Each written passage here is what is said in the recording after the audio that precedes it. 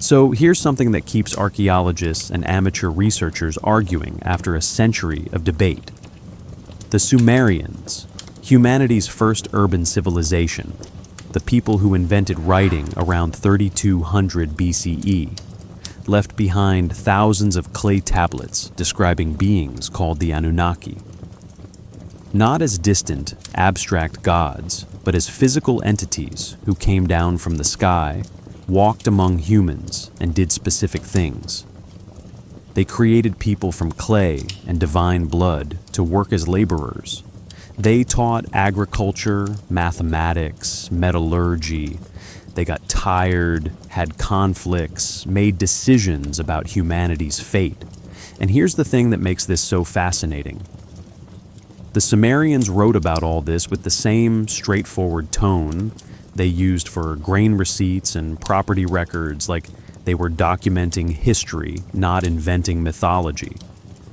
So the question is simple but profound. Were they writing religious stories the way every ancient culture did? Or were they trying to warn us about something that actually happened? Something they desperately wanted future generations to remember?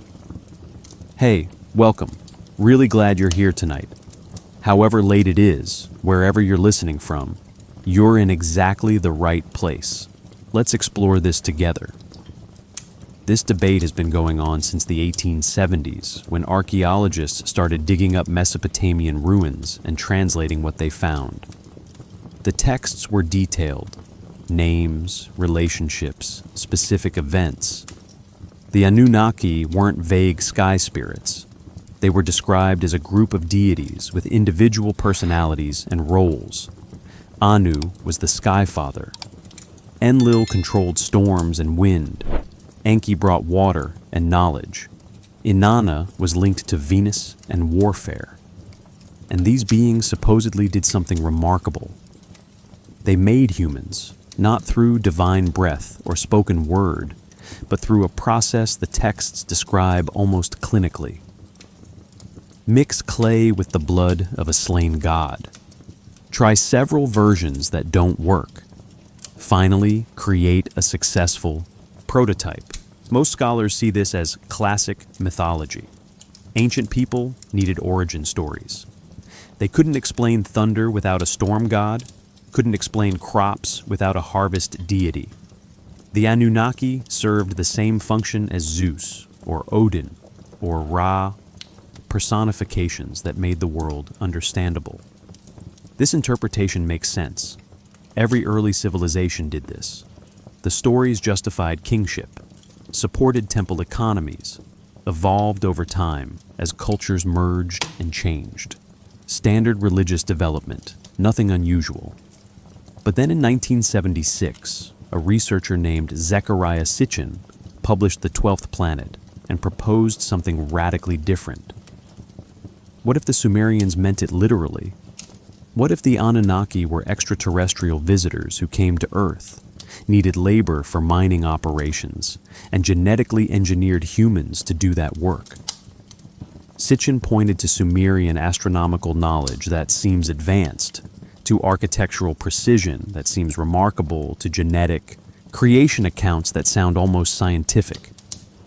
His translations are disputed by professional linguists. Most academics dismiss his theories entirely, but his books have sold millions of copies. Something about this idea resonates with people who look at ancient texts and wonder, what if we've been reading them wrong? Look, we're not going to solve this tonight, and honestly, that's not the goal. Both sides have smart people who've spent years studying this material. Both have evidence they find convincing. We're just here to explore the question, look at what the Sumerians actually said, understand why this mystery still captivates people 5,000 years later. Sometimes living in the question is more interesting than rushing to an answer anyway. Take a breath for me. Just let it settle.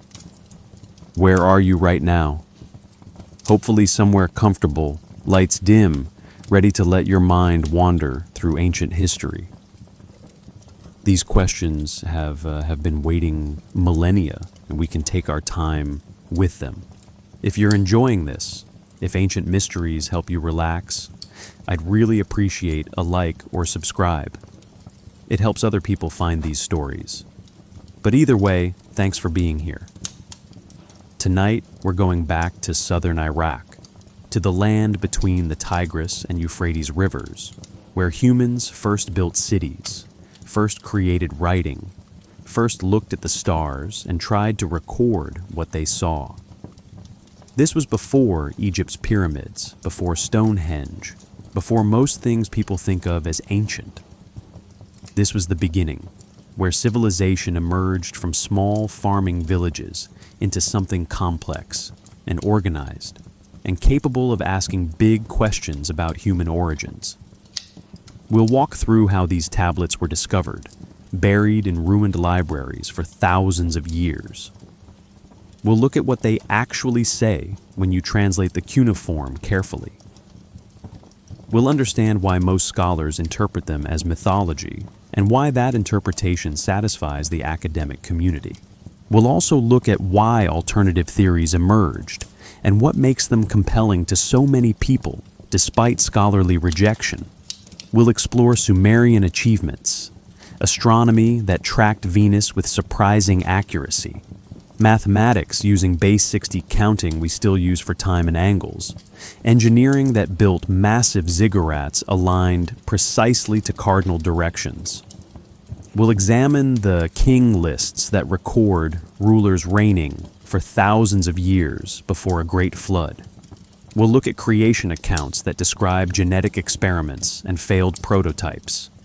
We'll sit with flood stories that appear in cultures worldwide, all describing the same basic event. And through it all, we'll keep asking, when the Sumerians carved these accounts into clay, when they preserved them so carefully, when they repeated them for generations, what were they trying to tell us? Were they creating comforting myths or preserving uncomfortable truths? The clay tablets still exist. You can visit them in museums. The cuneiform is still readable to scholars who've spent careers learning the language. The ziggurat ruins still stand in the Iraqi desert, and the mystery is still open, still waiting for us to understand what messages these ancient people left behind. Let's start at the beginning, before cities, before writing, when the Mesopotamian plain was just starting to transform from wilderness into the birthplace of civilization. The Mesopotamian plain, 8,000 years ago, looked nothing like the desert landscape tourists photograph today. Where cities would eventually rise, where ziggurats would pierce the sky, there stretched an enormous wetland, fed by 2 rivers carrying meltwater from distant mountains. The Tigris descended from the Taurus range in what we now call Turkey, cutting through limestone gorges before spreading across the floodplain. The Euphrates took a gentler path, meandering through Syria before joining its twin in a delta that shifted with each generation. Between them lay territory that geologists call an alluvial plain, land built from river sediment, constantly transforming, never quite solid, never quite liquid. This was 6,000 BCE, roughly. The last ice age had released its grip on the northern hemisphere about 6,000 years earlier. Glaciers that once covered a third of Earth's surface had retreated, dumping incomprehensible volumes of water into the world's oceans. Sea levels rose approximately 120 meters over several millennia. The Persian Gulf, which had been dry land during glacial maximum, flooded gradually as meltwaters raised the Arabian Sea. The Gulf's shoreline crept northward, century by century, until it reached approximately its modern position around 6,000 BCE. This flooding created something remarkable, a vast network of marshes, lagoons, and reed beds where the 2 rivers met the rising sea. Picture standing there in that ancient landscape. Temperatures had stabilized after the chaotic swings of the glacial transition. Summer heat reached 45 degrees Celsius, baking the exposed mud flats into cracked polygons. Winter brought cooler air from the northern plateaus, occasionally dropping to 5 degrees at night. Rainfall was minimal, perhaps 150 millimeters annually in the south, concentrated in brief winter storms that turned the plain into a temporary lake. But the rivers never stopped flowing. They carried snowmelt from mountains that received 2 meters of precipitation each year, transporting that water hundreds of kilometers south to where humans were just beginning to experiment with permanent settlement. The plant life had established itself in distinct zones. Along the riverbanks, date palms clustered in dense groves, their roots reaching down to the water table that never dried. Tamarisk trees with feathery gray-green foliage tolerated the salt that accumulated in the soil. Reeds, Phragmites australis, the common reed that still dominates Iraqi marshes today, grew in thick stands wherever water moved slowly. These reeds could reach 5 meters tall, their hollow stems strong enough to build boats and shelters. Between the river channels, the land supported sparse vegetation adapted to seasonal flooding. Grasses that could survive months underwater, sedges with triangular stems, bulrush that provided edible roots. Animals moved through this landscape following water and forage. Wild aurochs, the massive cattle that would eventually be domesticated, grazed the seasonal grasslands.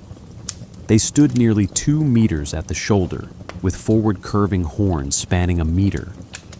Onagers, the Asiatic wild ass, traveled in herds across the drier plains, capable of surviving on tough vegetation and minimal water. In the marshes, wild boar rooted through mud for plant tubers and small animals. Gazelles occupied the margins where grass met desert.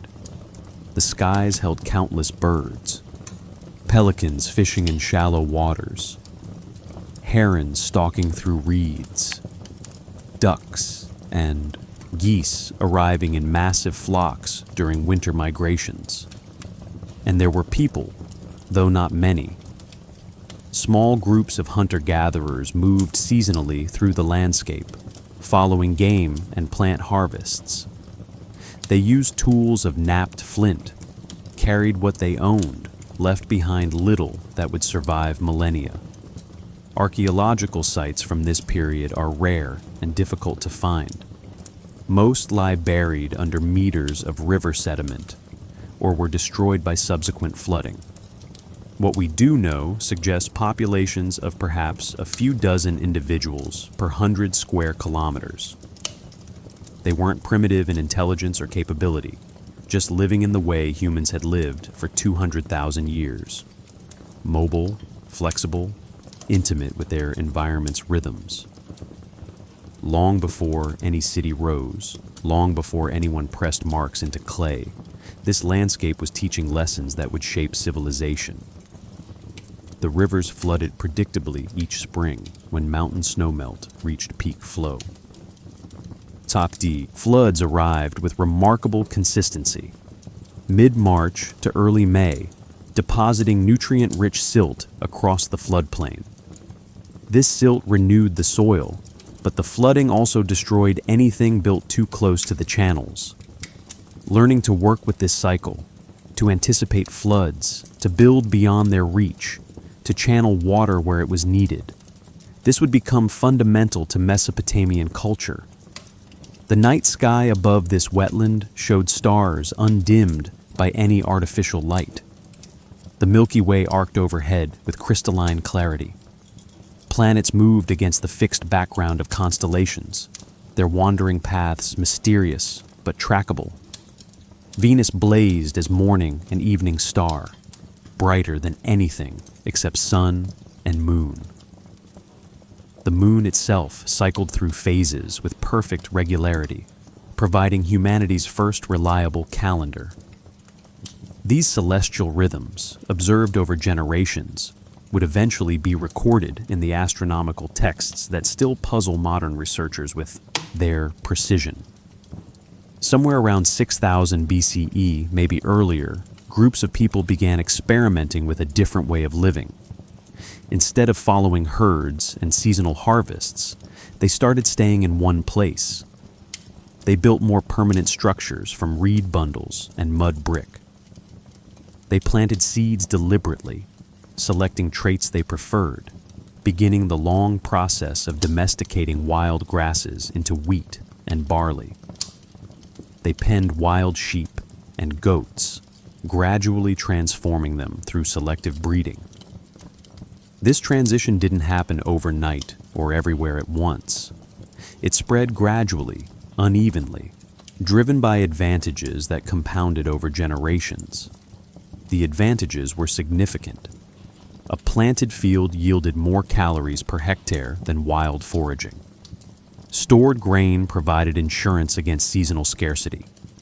Domesticated animals supplied meat, milk, leather, and labor. But permanent settlement also created problems that mobile groups never faced. How do you organize 50 people living together year-round? How do you store enough grain to survive a failed harvest? How do you prevent theft when people own more than they can carry? These practical challenges would require new solutions, eventually leading to social hierarchies, property laws, writing systems, everything we associate with civilization. By 5000 BCE, villages dotted the Mesopotamian plain. Settlements like Eridu, which Sumerians would later claim as their first city, began as modest clusters of reed houses beside channels. Each village might hold 50 to 200 people. They cultivated emmer wheat and barley using simple irrigation, digging ditches from river to field, letting gravity do the work. They kept sheep and goats, occasionally cattle. They made pottery from river clay, fired in simple kilns. They traded with neighboring groups for materials the plain didn't provide. Obsidian from Anatolian volcanoes for sharp blades, timber from northern forests for construction. The stage was set, though no one living then could have imagined what was coming. The landscape had stabilized after millennia of transformation. The rivers had found their courses, at least temporarily. The climate had settled into patterns that would persist for thousands of years. Humans had learned to produce food rather than just find it, had gathered in communities large enough to require new forms of organization. Everything necessary for civilization's emergence was present. Fertile soil renewed annually by floods, reliable water despite minimal rainfall, domesticated plants and animals, growing populations that needed coordination. What happened next would transform human existence in ways that still echo through our world. But that transformation didn't announce itself with drama or sudden revelation. It emerged gradually, generation by generation, as practical solutions to practical problems accumulated into something unprecedented. The Sumerians were coming, though they didn't yet have that name, didn't yet have cities or writing or the stories about Anunnaki that would fascinate archaeologists 4,000 years later. The plain waited, patient as stone, while humanity prepared to write its first chapter. Eridu sits today in southern Iraq, about 20 kilometers southwest of the Euphrates River's current channel. If you visited the site, you'd see a large mound rising from flat desert, maybe 8 meters at its highest point, covering several hectares. Wind has carved channels in the exposed surfaces. Occasional pottery sherds litter the ground, fragments of vessels made 5,000 years ago. The Iraqi sun bleaches everything to shades of tan and gray. It doesn't look like much, just another tell, the Arabic word for settlement mounds built from millennia of mud brick construction and collapse. But beneath that unpromising surface lies something extraordinary. Archaeologists excavating Eridu in the 1940s discovered 18 successive temple structures built one atop the other, spanning from approximately 5000 BCE to 2000 BCE. The earliest temple, level 99, was a simple rectangular building measuring about 3 by 4 meters. It contained an altar and offering table. Already, at this primitive stage, the builders had oriented it to the cardinal directions. Someone had carefully observed the sun's rising and setting points, had calculated true north, had imposed geometric order on sacred space. Each subsequent temple was larger than the previous one. The people of Eridu would use a temple for generations, then bury it ceremonially beneath clean sand and build a new structure directly above. This created a vertical sequence that archaeologists could excavate layer by layer, watching architectural sophistication increase over 3 millennia. By level 6, around 4000 BCE, the temple measured 12 by 17 meters with decorated facades and multiple rooms. By the time Sumerians reached their classical period around 2500 BCE, the temple platform had become a massive ziggurat visible across the plain. Why this devotion to continuous reconstruction on the exact same spot? The Sumerians believed Eridu was the first city ever created, that it had emerged from the primordial waters at the beginning of time. Their mythology claimed Enki, god of freshwater and wisdom, had made his home there in the Abzu. The underground ocean of freshwater they believed existed beneath the earth. This wasn't entirely wrong. Eridu was built beside a marsh spring system where groundwater naturally surfaced, creating a permanent oasis in an otherwise harsh environment. The site's persistence across 3,000 years suggests people kept returning because water never failed there. The settlement pattern spreading across southern Mesopotamia between 5000 and 4000 BCE shows communities clustering along river channels and near springs. Each village specialized in what its environment provided. Those near rivers became expert fishermen and reed workers. Communities with access to good clay deposits produced pottery that was traded across the region. Villages positioned near desert margins herded sheep and goats in areas too dry for cultivation. This regional interdependence created trade networks connecting dozens of settlements. And trade networks require coordination, trust, and eventually record keeping. Pottery from this period, known as the Ubaid culture, after the site where it was first identified, spread across the entire Mesopotamian plain and beyond. Ubaid pottery is distinctive. Buff or greenish clay decorated with dark painted geometric patterns. Archaeologists find it from the Persian Gulf north to the Taurus Mountains, from the Iranian plateau west to the Syrian coast. This widespread distribution reveals something important. People and goods were moving across hundreds of kilometers. Ideas were being shared. Cultural practices were homogenizing across a vast region. The isolated villages of 5000 BCE were becoming integrated into something larger. Population grew steadily. More people meant more demand for food, which meant more intensive agriculture, which required better irrigation. By 4500 BCE, communities were digging more sophisticated canal systems, not just simple ditches, but branching networks that could water fields kilometers from the river. Managing these systems required cooperation among multiple villages. Who has water rights? How is maintenance labor divided? What happens when upstream users take too much? These practical questions forced development of social structures more complex than anything human groups had previously needed. And then something shifted around 4000 BCE. Settlements began growing rapidly. Uruk, located on the Euphrates about 60 kilometers northwest of Eridu, transformed from a modest village into something unprecedented. By 3500 BCE, Uruk covered approximately 250 hectares and housed perhaps 20,000 people. This wasn't just a large village anymore. This was a city, the first city in human history. Defensive walls enclosed residential districts, craft workshops, administrative buildings, and massive temple complexes. The scale of organization required to feed, house, and coordinate 20,000 people living in close proximity had never existed before. What caused this urban explosion? Theories abound, and honestly, we don't fully understand it.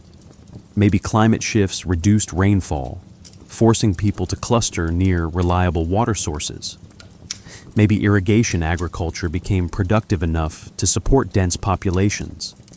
Maybe warfare increased, driving people to seek protection behind walls. Maybe trade created wealth that attracted migrants seeking opportunity. Probably all these factors combined with others we haven't identified, creating conditions where urbanism suddenly made sense. Walking through Uruk around 3500 BCE would have assaulted your senses in ways the earlier villages never did. The smell of thousands of people living close together, cooking fires, animal pens, waste management that was primitive at best.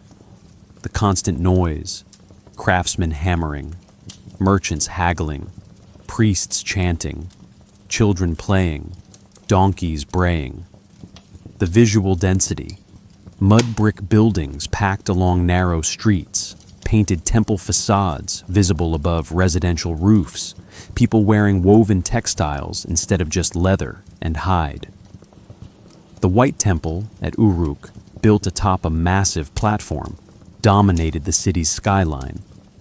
The platform itself rose 13 meters above the plain, constructed from millions of mud bricks. Workers had transported earth and brick on their backs, one load at a time, building an artificial mountain that announced to everyone within sight that something important happened here. The temple on top measured 22 by 17 meters, its exterior walls covered with white gypsum plaster that would have blazed in the sun. Inside, priests performed rituals we can only partially reconstruct from later texts. And in the administrative buildings attached to these temples, something remarkable was happening. Priests managing temple grain stores, livestock herds, and textile workshops needed to track inventory. Verbal memory wasn't sufficient when you're coordinating the labor of thousands, storing hundreds of tons of grain, distributing rations to workers. They needed external memory, something that could record quantities, transactions, obligations. So they began pressing marks into soft clay tablets. At first, these marks were just simplified pictures. A circle with a cross meant sheep, a jar shape meant oil, a semicircular sign meant grain. Numbers were shown by different sized marks. Small circles for ones, larger circles for tens, circles with embedded circles for hundreds. These proto-cuneiform tablets from around 3200 BCE are the world's first writing, though calling it writing might be generous. You couldn't write a sentence or tell a story, you could only record quantities and categories. But over the next few centuries, this system evolved rapidly. The pictograms became more abstract, easier to press into clay with a reed stylus. They began representing sounds rather than just objects, allowing phonetic writing. By 2600 BCE, scribes could write actual Sumerian language, verbs, adjectives, complex sentences. And what did they write about once they had this capability? They wrote about the gods, they wrote about the Anunnaki. The texts from this early period are fragmentary, often damaged, sometimes ambiguous in translation. But certain themes appear repeatedly. The gods had created humans for a purpose. The gods lived among humans in temples that were literally their houses.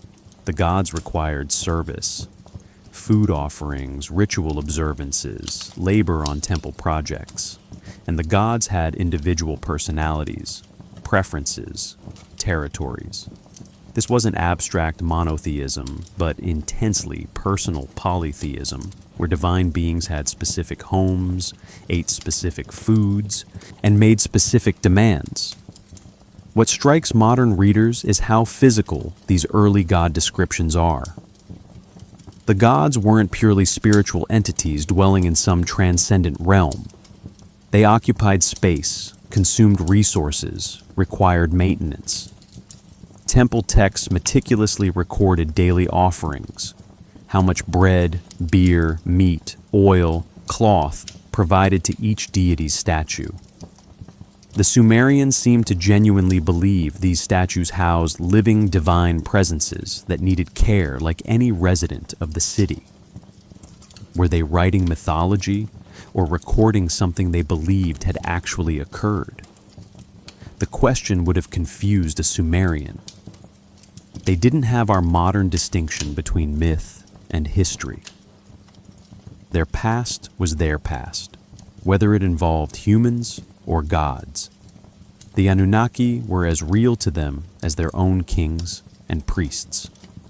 What we call mythology, they would have called memory. The plane that had waited patiently for 8,000 years while humans learned agriculture and pottery and animal husbandry.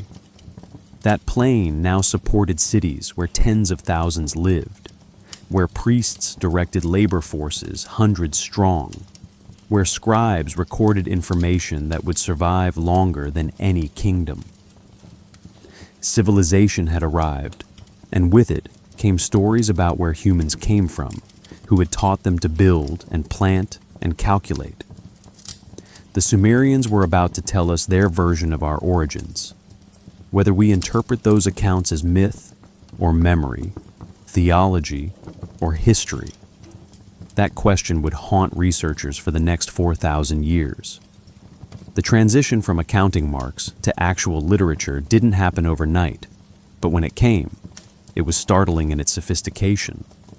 By 2600 BCE, Sumerian scribes weren't just recording barley shipments and wool inventories. They were writing poetry.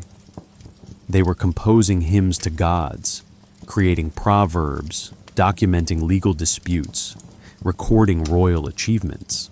And they were telling stories that would survive in one form or another through every civilization that followed them.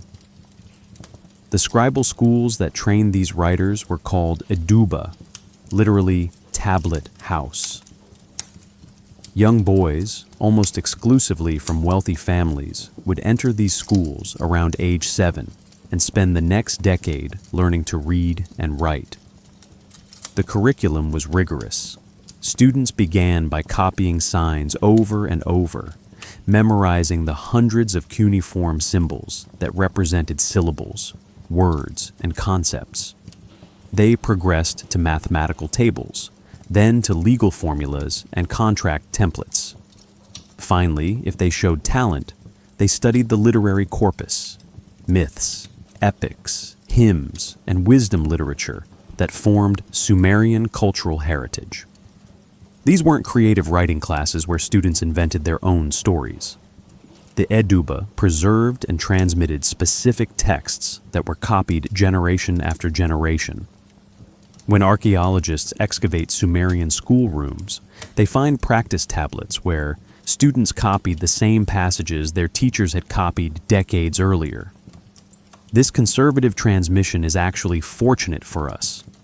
It means the stories we can read today remained relatively stable across centuries, their core narratives preserved even as details shifted. The earliest texts mentioning the Anunnaki date to around 2500 BCE, though they reference traditions clearly much older. Already by this time, the Sumerian theological system was fully developed. At the top sat An, the sky god, whose name meant heaven, and who ruled from the highest celestial realm. Below him were major deities with specific domains.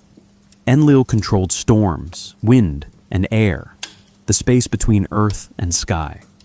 Enki governed fresh water, crafts, and wisdom. He was the problem solver among gods, the one who intervened on humanity's behalf.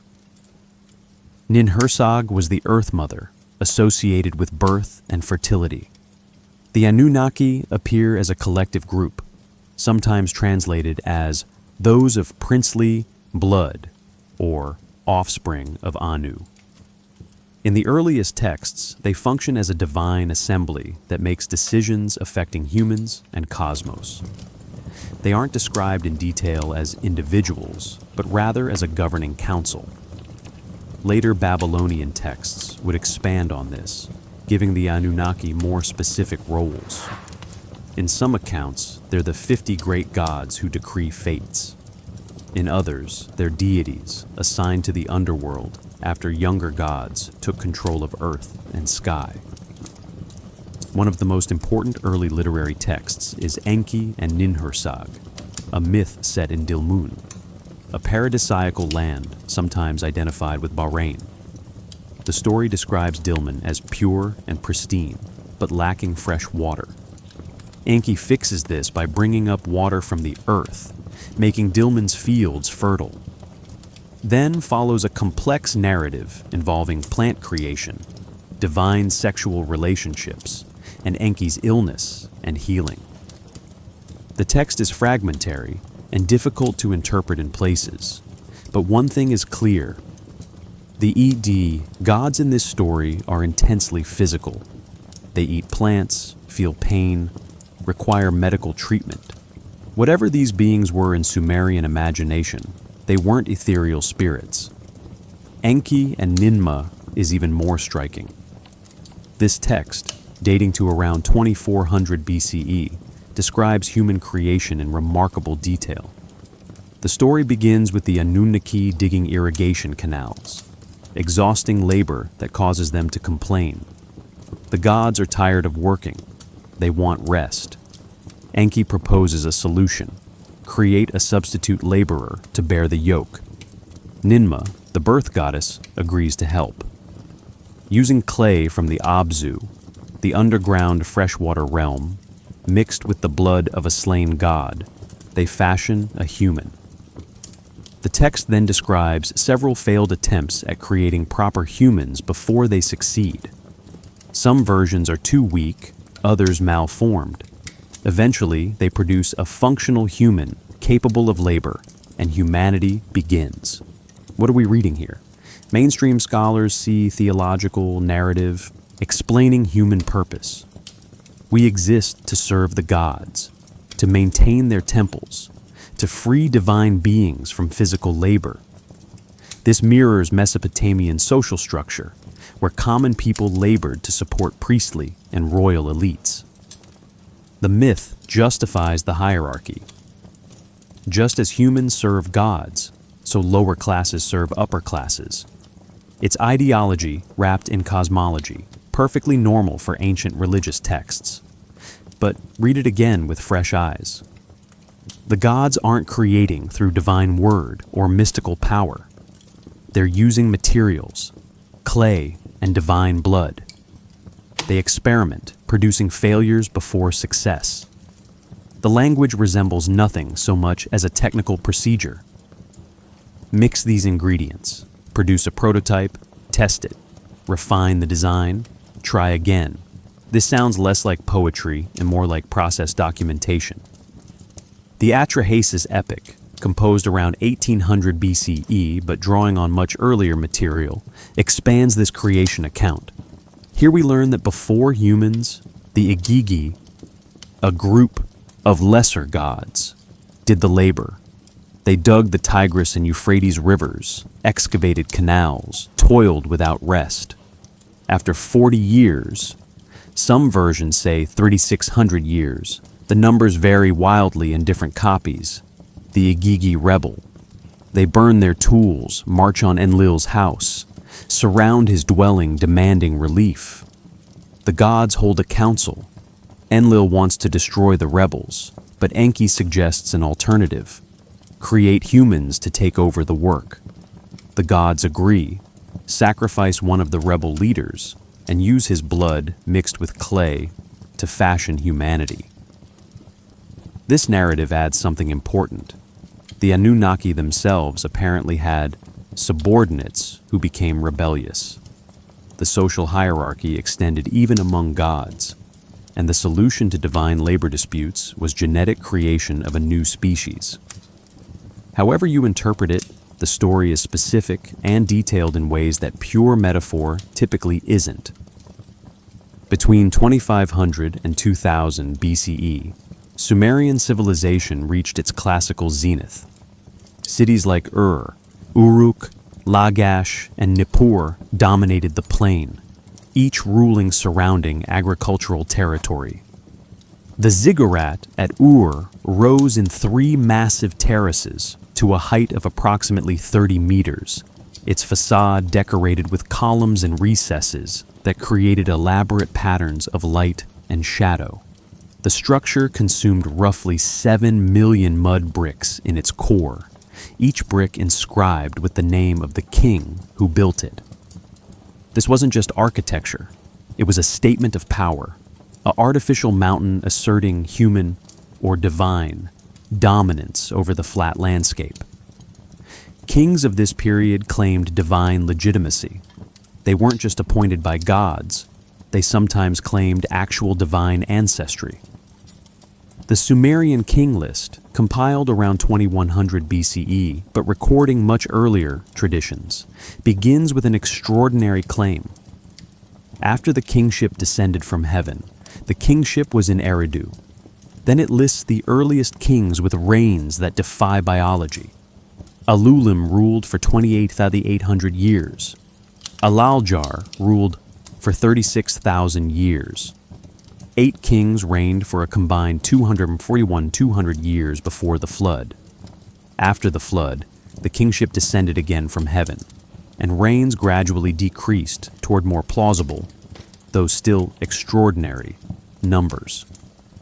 Kings ruled for 200 years, then 800, then 600, gradually approaching the 20 to 30-year reigns that match archaeological evidence.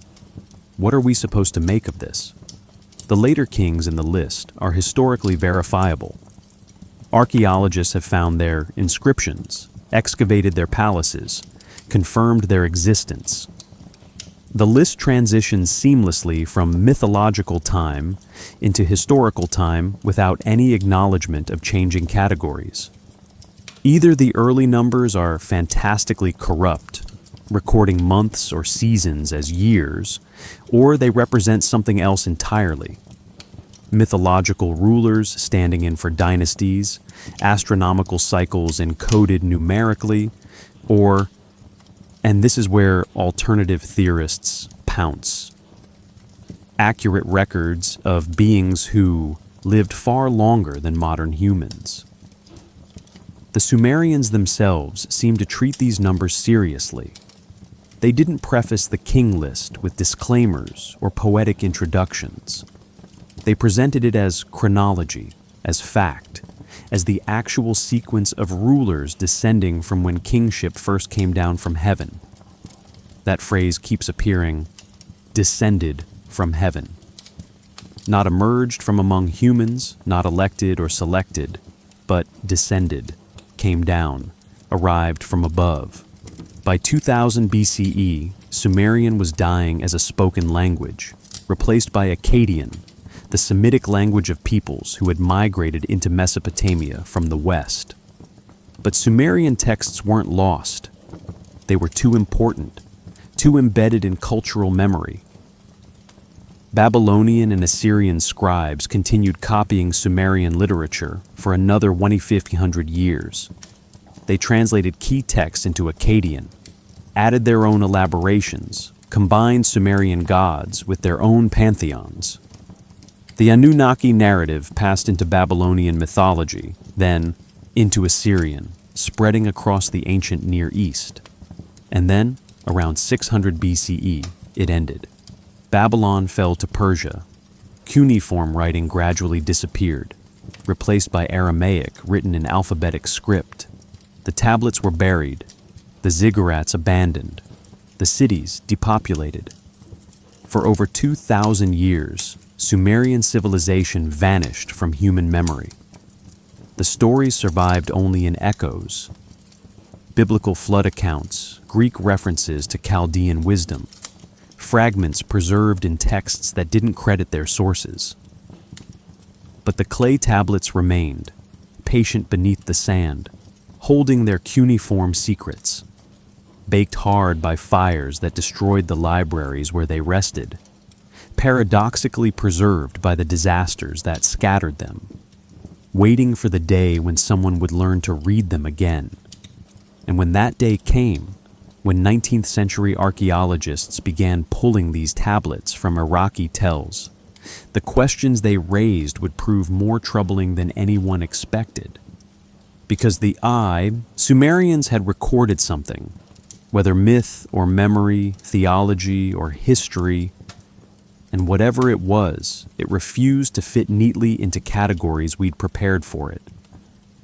The forgotten world had prepared the ground. Writing had captured heaven. Now we needed to understand what exactly had been captured and what the Sumerians had been trying so desperately to preserve. The British Museum in London holds approximately 130,000 cuneiform tablets in its collection. They're stored in climate-controlled rooms where temperature stays constant at 18 degrees Celsius and humidity hovers around 50%. The tablets sit in drawers, cataloged by accession number, many still awaiting full translation. Some are the size of your palm, others no bigger than a postage stamp. The clay ranges from pale buff to reddish brown, depending on where it was sourced and how it was fired. Run your finger across one, and you feel the wedge-shaped impressions, tiny valleys pressed into the surface 4,000 years ago by a reed stylus held in hands long turned to dust. Most of these tablets came to the museum in the 19th century, pulled from Iraqi tells by archaeologists who shipped thousands of artifacts back to European institutions.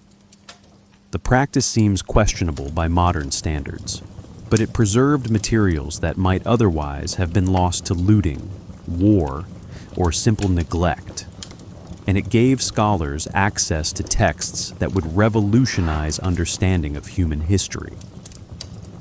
Austin Henry Layard began excavating Nineveh in 1845.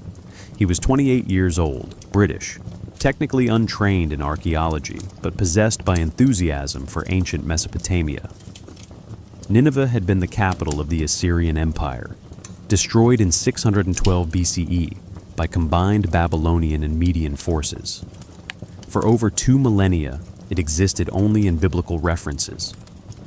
Jonah's reluctant destination, the great city that took 3 days to walk across. Layard found it buried under 2 massive tells near modern Mosul. His workers dug into the mounds and discovered palace walls decorated with massive stone reliefs showing Assyrian kings hunting lions, besieging cities, receiving tribute from conquered peoples.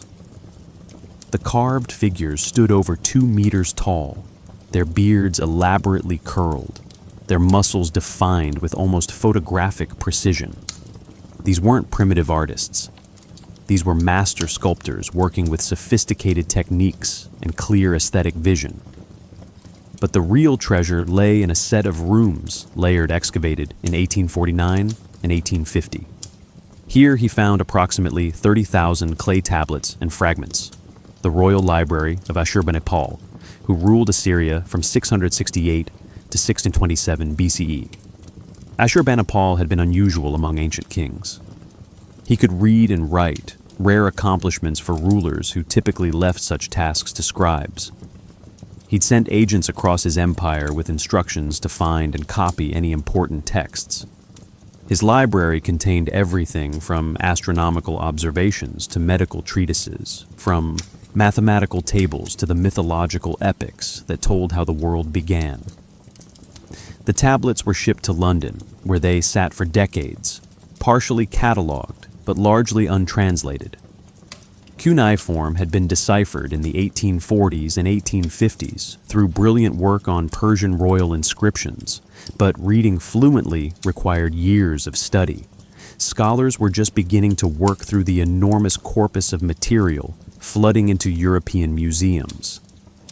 Then in 1872, a young assistant named George Smith was working through fragments in the British Museum's collection. Smith had started as an engraver, self-taught in cuneiform, eventually hired by the museum to help catalog and restore damaged tablets. He was examining pieces from Ashurbanipal's library when he found something that made him, according to witnesses, jump up and rush around the room in excitement, eventually beginning to remove his own clothing in his agitation. Behavior that seems almost impossibly undignified for Victorian England, but was recorded by multiple observers. What Smith had discovered was a fragment describing a great flood. A man named Utnapishtim builds a boat on divine instruction, loads it with animals and his family, survives a deluge that destroys humanity. When the waters recede, he sends out birds to test for dry land. The parallels to Noah's flood were unmistakable, but this text was Mesopotamian, written in Akkadian, and the tablet dated to the 7th century BCE, making it potentially older than the biblical account, or at least independent confirmation that flood narratives had deep roots in Near Eastern tradition. The discovery created sensation. Newspapers covered it. The British public, deeply religious in the Victorian era, wanted to know more. The Daily Telegraph newspaper actually funded an expedition for Smith to return to Nineveh and search for the missing portions of the tablet. Smith went in 1873, and in an almost unbelievable stroke of luck, found the missing fragment within days of beginning excavation. The odds of this, pulling one specific small clay piece from a massive ruined city, suggest either divine providence or that there were many copies of this text scattered through the site. The Flood Tablet, as it became known, was part of a larger work, the Epic of Gilgamesh. Over subsequent decades, archaeologists recovered more tablets and fragments from multiple sites. Nippur, excavated by the University of Pennsylvania starting in 1889, yielded thousands of tablets, including many Sumerian literary works. Ur, excavated by Leonard Woolley in the 1920s and 1930s, produced both spectacular royal tombs and extensive cuneiform archives. Lagash, Uruk, Eridu, each site contributed pieces of the puzzle, and as scholars worked through these texts, certain themes kept appearing. The Anunnaki were mentioned repeatedly, not as abstract concepts, but as specific entities with names, relationships, territories. An, Enlil, Enki, Ninhursag, Inanna, the major gods appeared in text after text. But the Anunnaki also appeared as a collective, a group of deities who made decisions, assigned roles, determined fates. The word itself could be written multiple ways in cuneiform, which contributed to debates about its exact meaning. The Sumerian king list surfaced in multiple copies from different sites. The basic narrative remained consistent. Kingship descended from heaven. Early rulers reigned for impossibly long periods. A flood occurred. Kingship descended again afterward. Subsequent reigns gradually shortened toward historical durations. Scholars recognized immediately that the later portions matched archaeological evidence, while the earlier portions remained firmly mythological. Creation accounts appeared in various forms. The Atrahasis epic was recovered in Old Babylonian copies from around 1800 BCE, but it referenced much older Sumerian originals. The Enuma Elish, the Babylonian creation epic, described how the god Marduk created humans using the blood of a defeated rebel god mixed with clay. The similarities to Genesis were obvious. Humans fashioned from earth and divine essence, but the Mesopotamian versions contained far more detail about the process. What made these texts so striking was their consistency across centuries.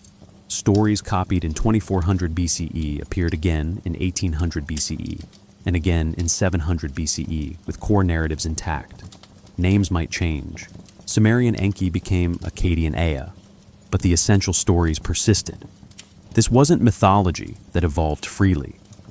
This was material treated as important enough to preserve accurately across generations of scribal copying. Dating the original composition of these texts proved difficult. When a tablet says it was copied in 1800 BCE from an earlier version, how much earlier? Scribal notes sometimes mention that source tablets were old and damaged, but rarely give specific dates. Scholars generally believe the major myths were first written down in the early dynastic period around 2600–2350 BCE, but the stories themselves likely circulated orally for centuries before anyone pressed them into clay. This raises an important question. How long was the oral tradition before writing captured it? If cities emerged around 3500 BCE and writing developed around 3200 BCE, there's only a 300-year gap. The stories might be nearly as old as the cities themselves, or perhaps they're older still. Myths carried by peoples who moved into Mesopotamia from elsewhere, bringing their traditions with them. Archaeological evidence shows the Ubaid culture, which preceded classical Sumer, already occupied the region by 5000 BCE. Did they bring these stories, or did the stories emerge afterward? The physical tablets themselves reveal something about how Sumerians treated these texts. Many were baked hard, which helped them survive but wasn't standard practice for administrative documents. Accounting tablets were often just sun-dried, adequate for temporary records. Literary tablets received more permanent treatment. They were stored in temple and palace libraries, organized by content, sometimes labeled with their opening lines to aid filing. The Sumerians built institutions designed to preserve knowledge across generations. And what they chose to preserve says something about what they considered important. The Epic of Gilgamesh appears in more copies than almost any other literary work from ancient Mesopotamia. The story of a king seeking immortality, his journey to find the flood survivor who achieved eternal life, his ultimate acceptance of human mortality. This narrative resonated across cultures. Versions have been found in Hittite, Hurrian, and even fragments in Megiddo dating to the 14th century BCE. The tale spread far beyond Mesopotamia, but it's the Anunnaki texts that keep drawing attention, especially in the past 50 years. The descriptions are so specific. The gods come down from heaven. The Sumerian word is An, which means both sky and heaven. They establish cities, with each major deity associated with a particular urban center. Enki dwells in Eridu. Enlil rules from Nippur. Inanna presides over Uruk. These aren't vague sky palaces, but actual geographical locations. The gods eat and drink. Temple ration lists meticulously record daily offerings. X amount of bread, Y amount of beer, Z amount of oil. The quantities are large, as befitting divine appetites, but the practice reveals something. The Sumerians behaved as though their gods were physically present, requiring sustenance like any resident of the city. The statues in temple sanctuaries weren't just representations. They were, in some sense, the gods themselves. Archaeological excavation of Sumerian temples supports this understanding. The innermost sanctuary typically contained a raised platform where the divine statue rested. In front of this sat offering tables. Behind the sanctuary were storage rooms for temple property and workshops, where priests prepared daily offerings. The layout resembles nothing so much as a wealthy person's house. Reception areas, private quarters, service spaces. The gods lived like kings, because in Sumerian thought, they were kings, rulers of cosmic domains who happened to make their homes in earthly cities. When scholars first began translating these texts in the late 19th and early 20th centuries, the interpretation seemed obvious. This was mythology, analogous to Greek or Norse or Egyptian pantheons. Ancient peoples everywhere created gods to explain their world. The specific details were interesting for understanding Mesopotamian religion, but nobody thought the Sumerians were recording actual history. That consensus held for most of the 20th century. Assyriology developed into a rigorous academic discipline with standards for translation, methods for dating texts, frameworks for understanding cultural context. The Anunnaki were gods. Gods were mythological constructs. Case closed. Until someone asked, but what if they weren't? For most of the 20th century, Sumerian studies existed in academic isolation. Specialists in cuneiform gathered at conferences, published in journals with circulation numbers in the hundreds, debated fine points of grammar that interested almost nobody outside their field. The Anunnaki were a footnote in comparative religion courses, mentioned briefly before moving on to Egyptian or Greek material that students found more accessible. Then, in 1976, Zecharia Sitchin published The 12th Planet, and suddenly Sumerian mythology escaped the academy. Sitchin was born in 1920 in Azerbaijan, raised in Palestine, and educated in economic history at the University of London. He learned Hebrew as a child and claimed to have taught himself Sumerian, though professional Assyriologists consistently disputed his translations. His book made an extraordinary claim. The Anunnaki weren't gods or metaphors. They were extraterrestrial visitors from a planet called Nibiru that orbited our sun in a highly elliptical 3,600-year path.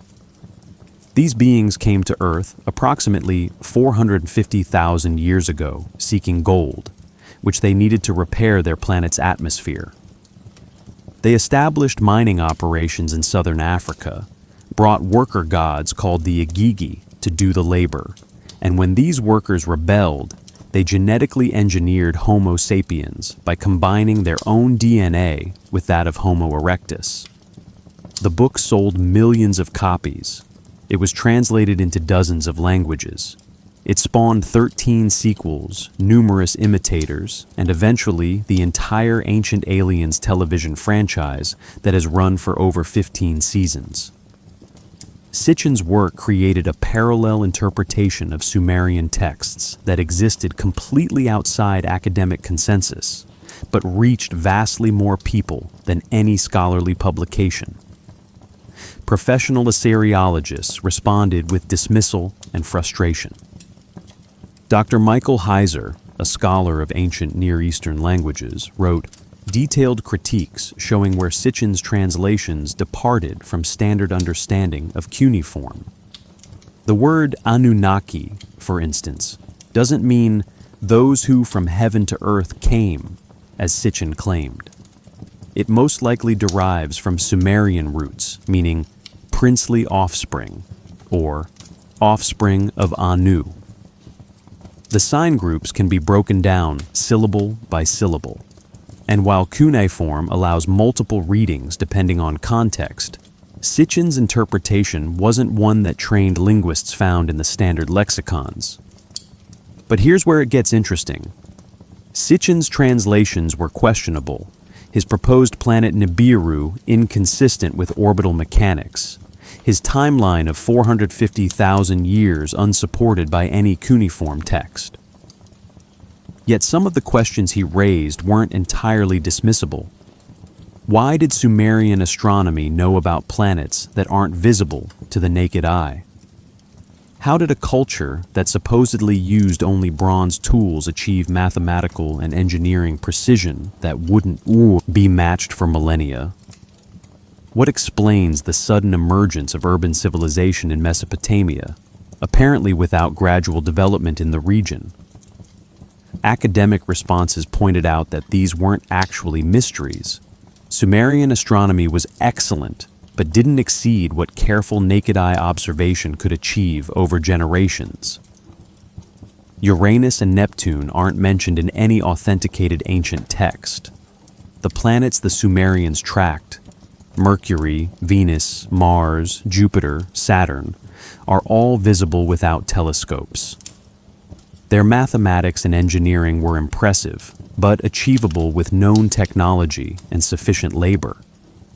Urbanism didn't emerge suddenly, but developed gradually from the Ubaid period through the Uruk period, exactly as archaeological stratigraphy demonstrates.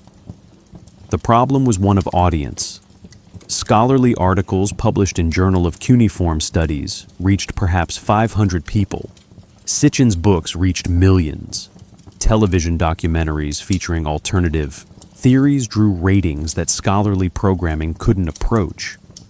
By the 2000s, more people had heard Sitchin's interpretation of the Anunnaki than knew the mainstream academic understanding even existed. Let me tell you about a specific moment that illustrates the divide. In 2010, the British Museum hosted an exhibition called Between Heaven and Earth: Birds in Ancient Egypt. Dr. Irving Finkel, a curator in the museum's Middle East department and one of the world's leading cuneiform experts, gave public lectures during the exhibition. Dr. Finkel is known for his ability to communicate with general audiences, his lectures entertaining and accessible while remaining rigorously accurate. During the question period after one lecture, a middle-aged man stood up. He'd clearly come specifically for this moment. He asked Dr. Finkel directly, what did he think about Zecharia Sitchin's translations of the Anunnaki texts? Dr. Finkel paused. The room had perhaps 200 people, most of whom probably knew Sitchin's work, even if they'd never encountered academic Assyriology. His response was measured. He acknowledged that Sitchin had brought ancient Mesopotamia to public attention, which was valuable. Many people first learned about Sumer through those books.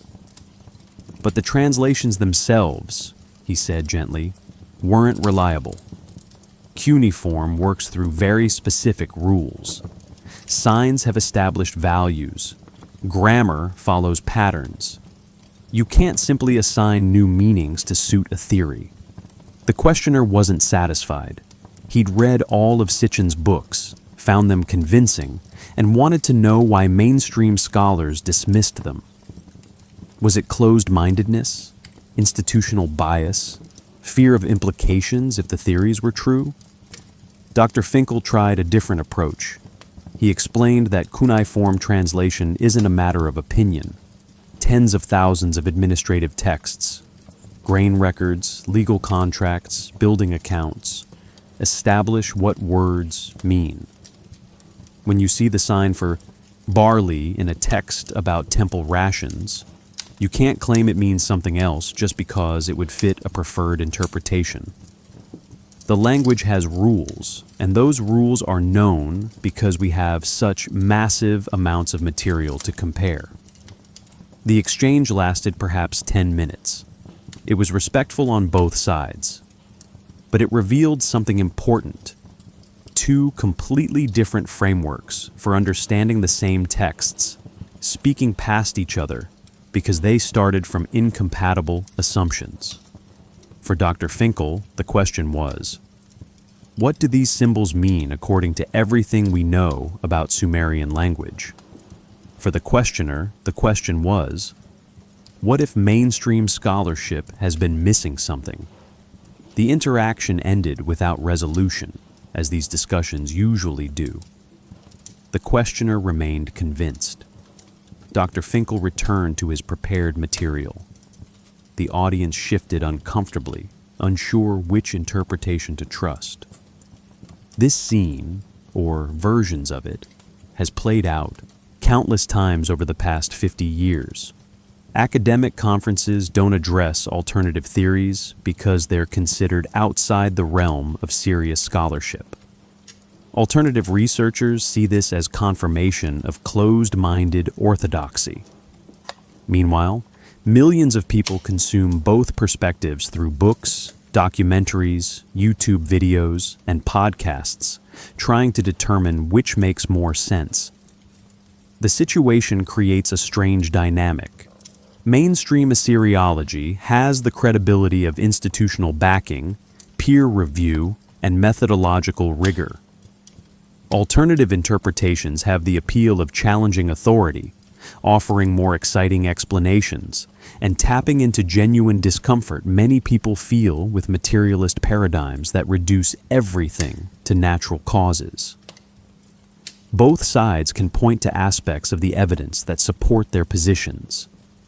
And the Sumerians themselves, dead for 4,000 years, aren't here to clarify what they actually meant.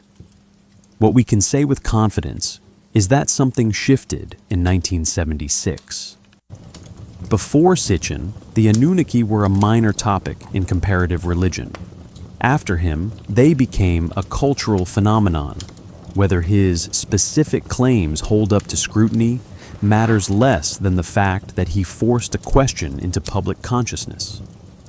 The question isn't going away, regardless of how many scholarly articles refute the details. It persists because it touches something deeper than mere translation disputes. The question asks, what if ancient peoples were more sophisticated than we assume? What if their stories preserve information we're not equipped to recognize? What if the line between myth and history isn't as clear as modernists prefer? These aren't questions with simple answers. They deserve more than reflexive dismissal or uncritical acceptance.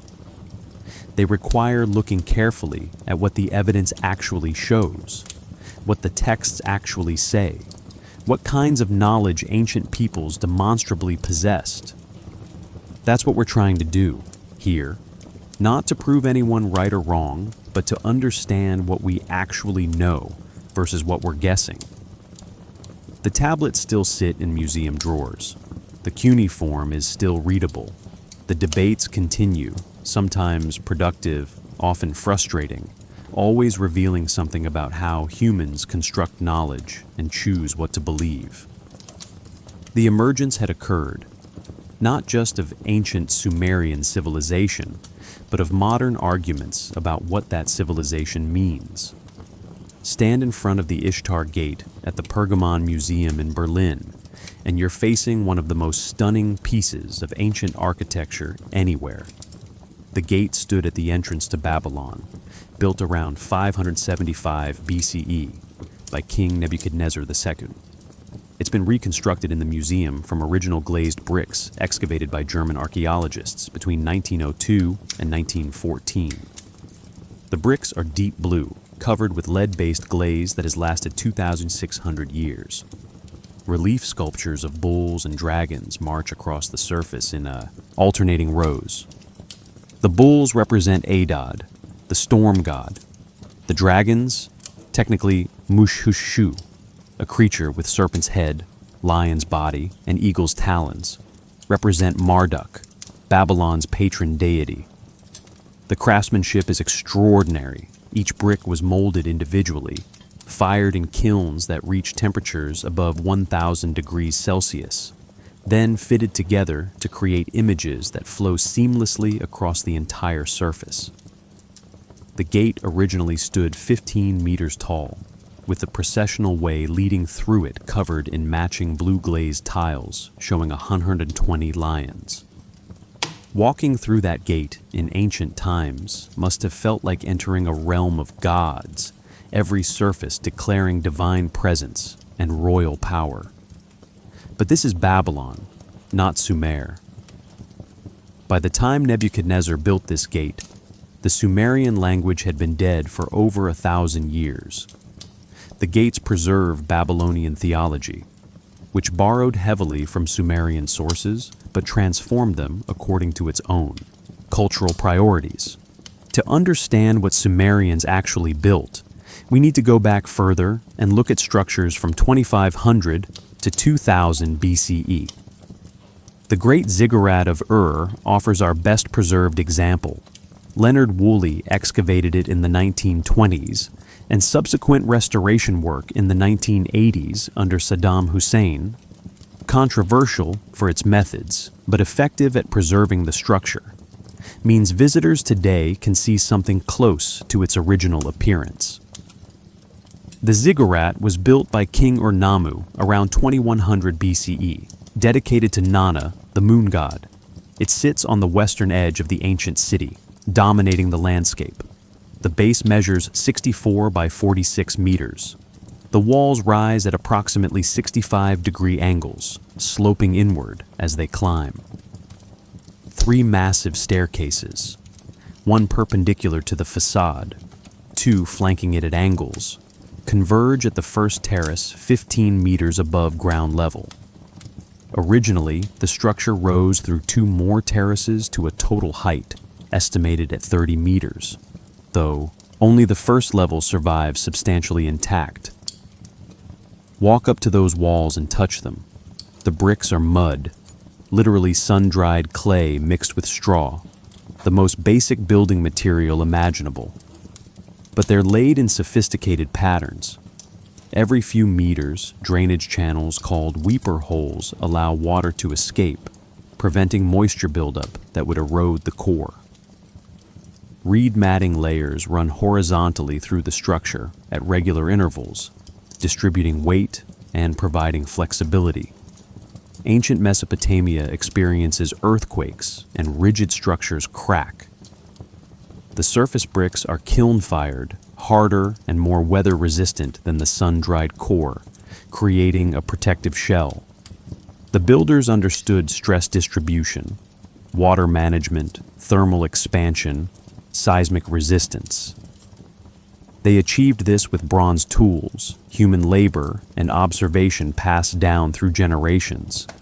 No evidence suggests anything beyond period-appropriate technology, yet the result remains, standing 4,000 years later. Most modern buildings won't last a century.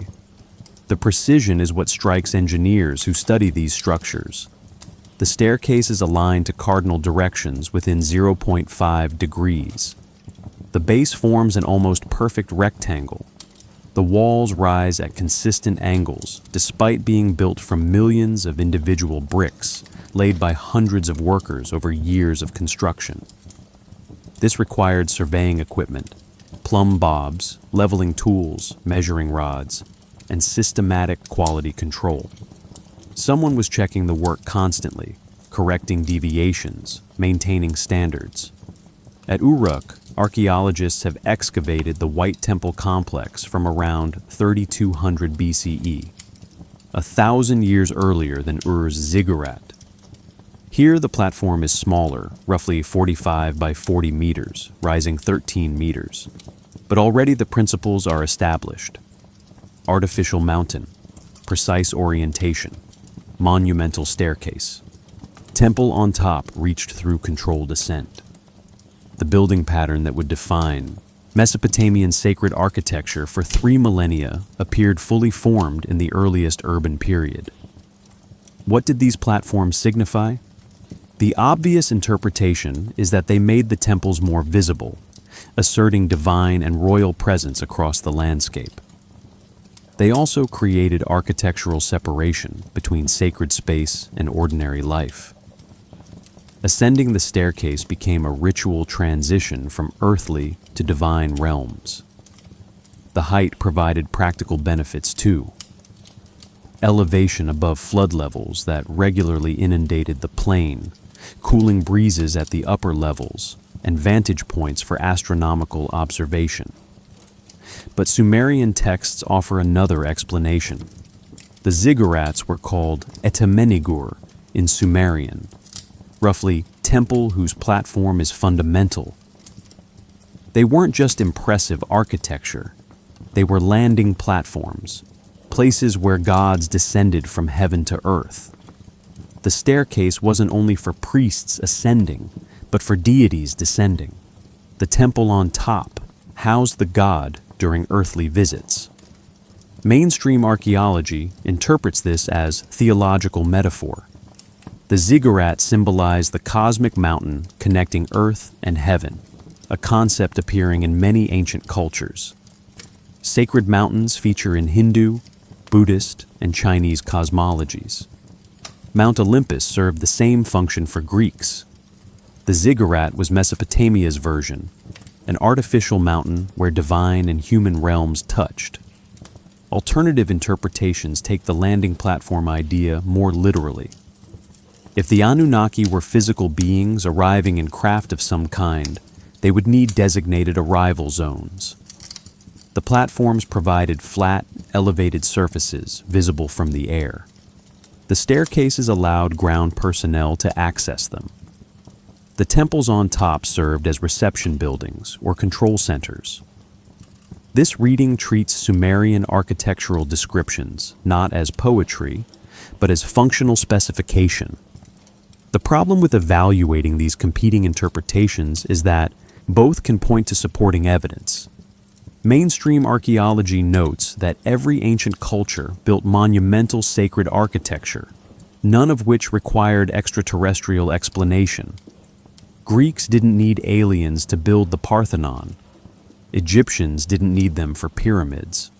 Romans didn't need them for the Pantheon. Human ingenuity, sufficient labor, and generational knowledge transfer explain all of it.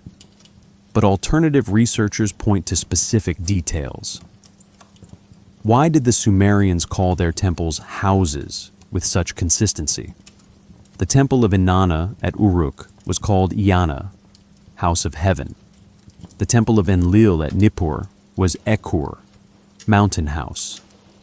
These weren't houses of worship or houses of devotion. They were literally houses, dwellings for divine residents. The daily ritual feeding of god statues wasn't symbolic, but practical. The gods needed sustenance because they were present, embodied in the statues, requiring physical care. Archaeological excavation of these temples finds evidence supporting the dwelling interpretation. Storage rooms held massive quantities of food, oil, cloth, and valuables. Kitchens prepared daily offerings. Sleeping quarters suggest priestly attendants lived on site, maintaining 24-hour presence. The layout mirrors royal palaces, which makes sense if gods were understood as royalty requiring similar service. At Eridu, the successive temple levels mentioned earlier show something interesting. As the temples grew larger and more elaborate over 3 millennia, they stayed exactly on the same spot. Each new version was built directly atop the old one, buried ceremonially beneath clean sand. This suggests the location itself held significance beyond just being a nice place to build. Something about that specific spot mattered. Perhaps the marsh spring that provided constant water, or perhaps something else the builders believed existed there. The astronomical alignments are worth examining carefully. Most major Sumerian temples orient to cardinal directions or to rising, setting points of celestial bodies. The White Temple at Uruk aligns its corners to the cardinal points. The ziggurat at Ur has staircases facing northeast, where the midsummer sun rises. The Temple of Inanna at Uruk had sightlines to Venus rising points. This precision required long-term observation and mathematical calculation. The Sumerians needed to track celestial movements, record them, calculate average rising points across years to account for orbital variations, then transfer those calculations into architectural plans. This is sophisticated work, but it's not mysterious. Any culture that spends generations watching the sky will eventually produce accurate astronomical data. The Maya did it independently in Mesoamerica. Neolithic builders at Newgrange in Ireland aligned their passage tomb to winter solstice sunrise around 3200 BCE. Contemporary with early Sumerian temples and achieved with even simpler technology. What about the astronomical knowledge encoded in texts rather than architecture? The MUL Apin tablets, dating to around 1000 BCE but copying much earlier material, contain comprehensive star catalogs. They list constellations, describe planetary movements, calculate the length of the year with remarkable accuracy. The Sumerians knew the year was approximately 365.25 days. They tracked the 18.6-year lunar nod cycle. They understood planetary retrograde motion. Impressive, certainly, but achievable through naked eye observation. Venus, the brightest planet, was tracked extensively because its cycles had agricultural significance. The Venus tablet of Amisadika records 21 years of observations, noting first and last visibility, apparent stations, and conjunctions with the moon. This is the work of dedicated observers recording data nightly over decades. No knowledge base exceeds what's possible without telescopes. The mathematics are more interesting. The Sumerians used a base 60 number system instead of our base 10. This seems arbitrary until you realize 60 has many divisors. 1, 2, 3, 4, 5, 6, 10, 12, 15, 20, 30, 60. This makes fractional calculations easier, which matters enormously when you're dividing land, measuring grain, or calculating compound interest on loans. We still use base 60 for time, 60 seconds per minute, 60 minutes per hour, and for angles, 360 degrees in a circle, which is 6 times 60. Mathematical tablets from the Old Babylonian period, around 1800 BCE, show solutions to quadratic equations, calculations of square and cube roots, and even a method approximating the value of p. The Plimpton 3:22 tablet contains what appears to be a sophisticated table of Pythagorean triples, suggesting understanding of relationships between sides of right triangles more than 1,000 years before Pythagoras. Again, this is impressive, but not inexplicable. Mathematics develops wherever humans need to measure, count, and calculate. The Babylonians were solving practical problems, surveying fields, predicting planetary positions, calculating compound interest for merchants. These needs drove mathematical innovation. The base 60 system was probably adopted because earlier Sumerian measures used 60 as a fundamental unit, possibly because it aligned with certain astronomical cycles, or simply because it worked well for their accounting needs. The stones remember precision, sophistication, long-term observation, and systematic knowledge development. What they don't clearly remember is how the Sumerians interpreted their own achievements. Did they think they figured everything out themselves through generations of trial and error? Or did they believe someone had taught them, the Anunnaki descending from heaven with knowledge of stars and numbers and building? The texts say the gods brought knowledge. Enki gave humanity the me, divine powers or cultural arts, including writing, mathematics, agriculture, metallurgy, and kingship. These weren't discovered or invented, they were gifted by deities who possessed them first. This is standard mythological framework. Prometheus steals fire from the gods for humanity. Odin gains runic knowledge through self-sacrifice. Quetzalcoatl teaches the Aztecs arts and agriculture. Every culture has culture heroes, or trickster gods, who bring knowledge from divine to human realm. But the Sumerian accounts are oddly specific about what was transmitted and how. The ME weren't abstract concepts, but physical objects. Tablets or devices that could be stolen, transported, and installed in temples to grant their powers. When Inanna tricks Enki into giving her the ME, the story describes her loading them onto her boat and sailing away before Enki sobers up and realizes what he's done. The ME function almost like technology. Possessing them grants capabilities. Losing them removes those capabilities. What are we supposed to make of this? Scholarly consensus sees cultural knowledge being metaphorically objectified. The Sumerians understood that knowing how to do something was powerful, so they imagined knowledge as concrete objects that could be possessed or transferred. This makes psychological sense and fits patterns from other cultures. Alternative readings suggest the ME were actual devices, possibly information storage technology or tools that enabled advanced capabilities. If the Anunnaki were physical beings with advanced technology, they might have provided equipment that Sumerians described in the only terms available to them: divine tablets or shining objects that granted powers. The stones stand in Iraqi deserts, patient and silent. The glazed bricks glow in museum cases. The cuneiform tablets rest in climate-controlled storage. They remember what was built and what was written. What they don't remember, or what they remember but we can't yet understand, is the consciousness behind the building and writing. What did the Sumerians actually believe about the Anunnaki? Were they performing theology or recording history? The emergence phase was complete.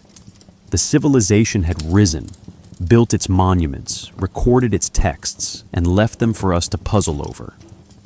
Now we needed to look deeper at what they achieved at their height, at the Golden Age when Sumerian culture reached its full expression and left its most enduring messages. Reached its greatest extent around 2100 BCE during the Third Dynasty, when it controlled most of southern Mesopotamia. The city covered approximately 60 hectares within its walls, housing perhaps 65,000 people. Outside the walls, suburbs and agricultural settlements extended another 10 kilometers in every direction, bringing the total metropolitan population to possibly 200,000. This made one of the largest urban centers anywhere in the world at that time, rivaled only by Egyptian Thebes and perhaps a few Indus Valley cities. The city walls rose 8 meters high, constructed from mud brick, faced with fired brick at the base to resist erosion. Defensive towers projected at regular intervals, creating overlapping fields of fire for archers. The main gates were massive wooden structures reinforced with bronze, operated by gangs of workers using ropes and counterweights. Guards checked everyone entering, collecting customs duties on trade goods, questioning strangers, maintaining order. The gates closed at sunset, leaving late arrivals to camp outside until morning. Inside the walls, the city organized itself around the sacred precinct. The ziggurat dominated the skyline, its 3 terraces visible from everywhere in the city.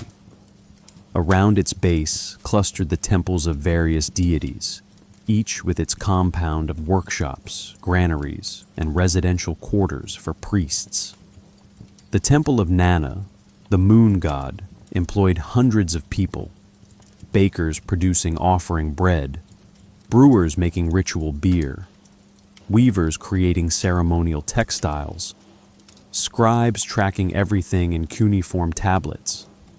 The royal palace occupied its own walled compound adjacent to the sacred precinct. King Ur-Nammu, who built the ziggurat, also constructed a palace complex covering several hectares. The throne room measured approximately 40 by 20 meters, with walls decorated in geometric mosaics made from colored clay cones pressed into the plaster. Audience halls, administrative offices, royal apartments, kitchens, storage rooms, guard quarters.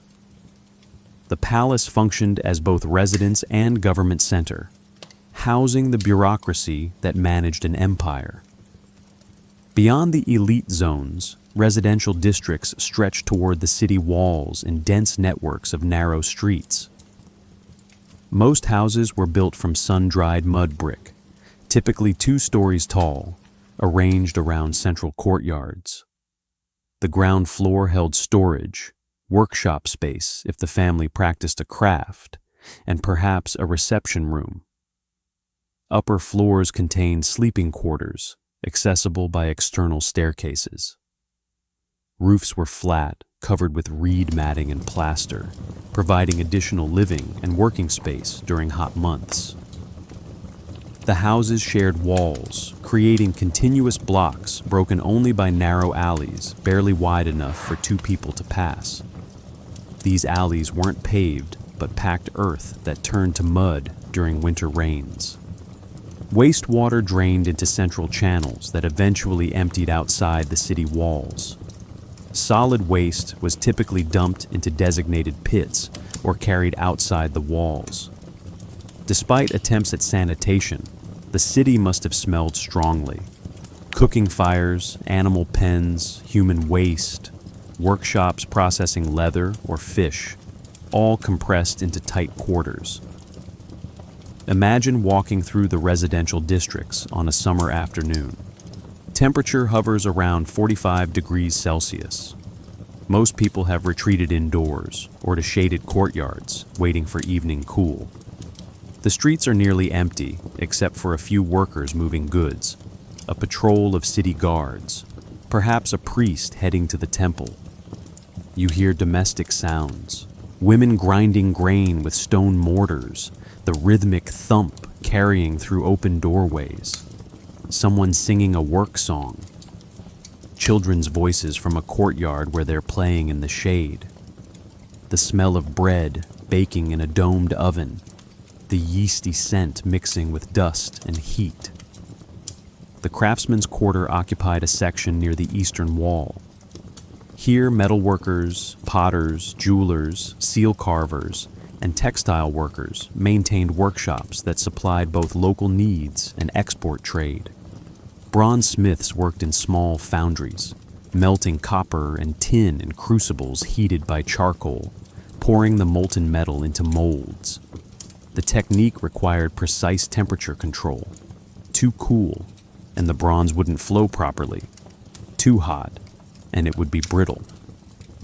They achieved temperatures around 100 degrees Celsius using forced air from leather bellows, a technology that hadn't changed significantly in 1,000 years. Jewelry workshops produced extraordinarily fine work. Excavations of Ur's royal, tombs dating slightly earlier to around 2600 BCE, revealed golden headdresses with hundreds of individually crafted leaves, lapis lazuli beads drilled with copper wire, carnelian cut and polished to mirror smoothness. The craftsmanship required steady hands, excellent eyesight, and years of training. Most craftsmen learned their trade from fathers or masters, entering apprenticeship around age 8 and working until their hands or eyes failed. The scribal schools operated throughout the city, though the largest and most prestigious sat within the temple precinct. Boys from wealthy families studied there for approximately 10 years, learning to read and write cuneiform, mastering mathematics, studying classic literary texts. The curriculum began with simple sign lists, progressed through syllabaries and mathematical tables, and eventually reached composition of legal documents and literary works. Only a small percentage of students completed the full program, but those who did could pursue careers as temple administrators, royal scribes, or private secretaries to merchants. Education wasn't free. Families paid tuition, provided gifts to teachers, and fed their sons during school hours. This limited literacy to perhaps 1 to 2% of the population. Almost exclusively male. Almost exclusively from families wealthy enough to forgo their sons' labor for a decade. Most people went through life unable to read the countless tablets that documented their world. They relied on scribes to write contracts, priests to read omens, officials to record transactions. The marketplace occupied a large open area near the main gate, where merchants displayed goods brought from across Mesopotamia and beyond.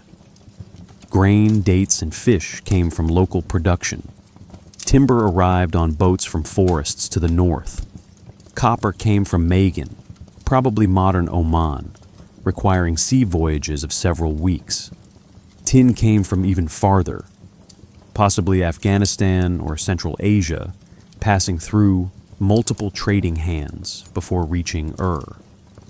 Lapis lazuli, the deep blue stone prized for jewelry and inlay work, came from Badakhshan in northeastern Afghanistan, traveling over 2,000 kilometers by donkey caravan and riverboat.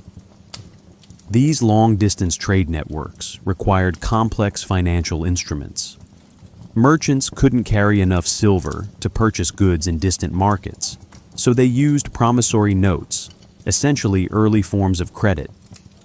A merchant in Ur would contract with a trading house, receive goods on consignment, travel to foreign markets, sell the goods, purchase exotic materials, return to Ur, and settle accounts.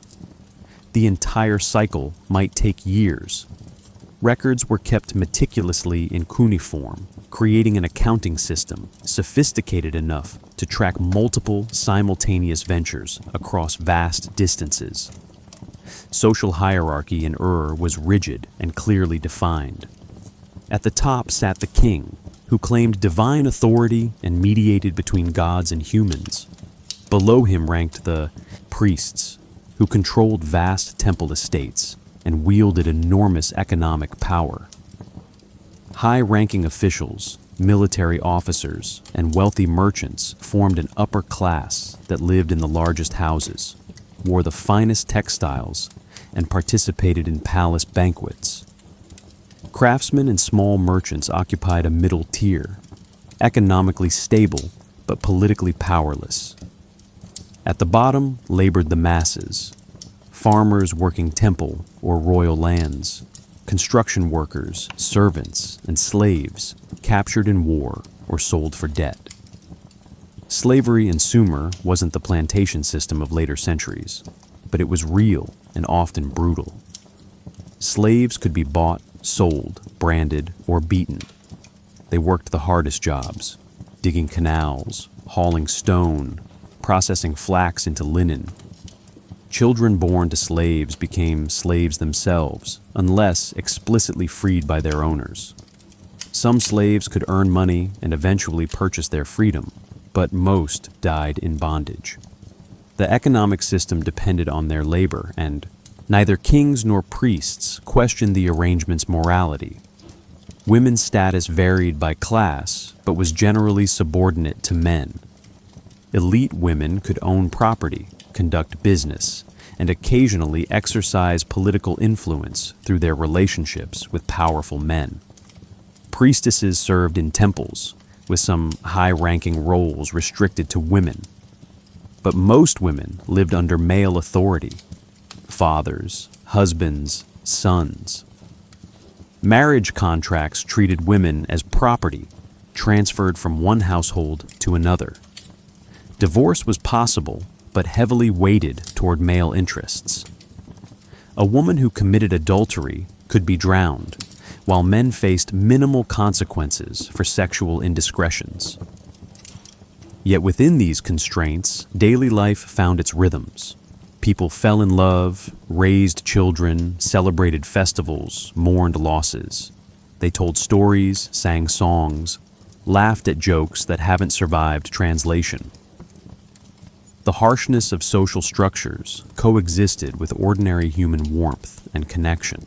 This wasn't a simple or innocent time, but it was fully human, populated by people whose hopes and fears wouldn't seem entirely foreign to us. The stars wheeled overhead in patterns the priests tracked obsessively.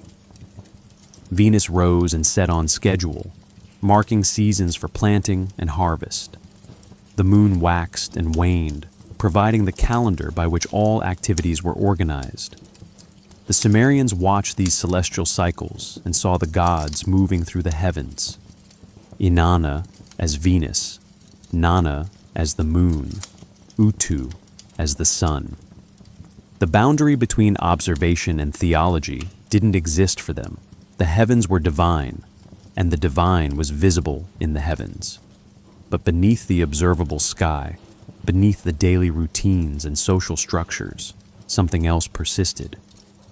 The stories about the Anunnaki, the claims that gods had walked these streets in earlier times, the memory of beings who had descended from heaven and created humans for purposes, the texts recorded in unsettling detail. The golden age was happening, but the Sumerians insisted it was only a continuation of something that began long before, when the kingship first descended from heaven and gods established their houses on earth.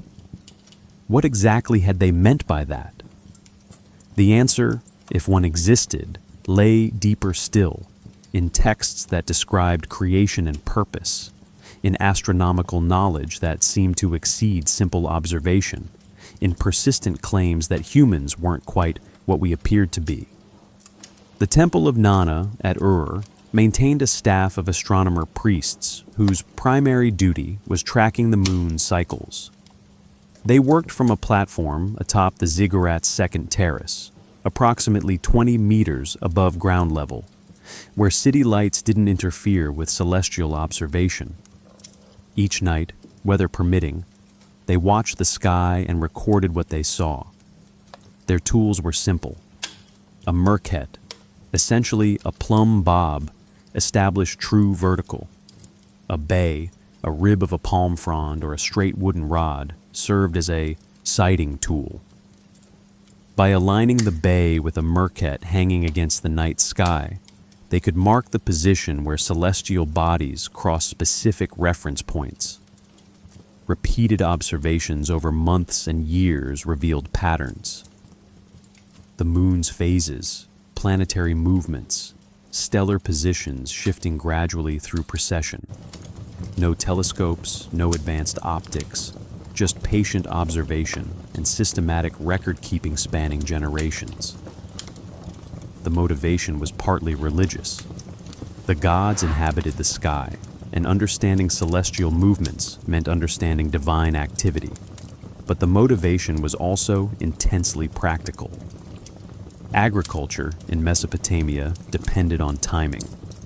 Plant too early, and crops withered in late-season cold. Plant too late, and they didn't mature before summer heat arrived. The lunar calendar provided a framework, but it drifted relative to the solar year. 12 lunar months total, approximately 354 days, about 11 days short of a solar year. Without correction, festivals would gradually shift seasons, becoming meaningless as agricultural markers. The solution was intercalation, adding an extra month every few years to keep the lunar calendar synchronized with solar seasons. But when exactly to add that month? The decision required tracking both lunar phases and solar position relative to the horizon.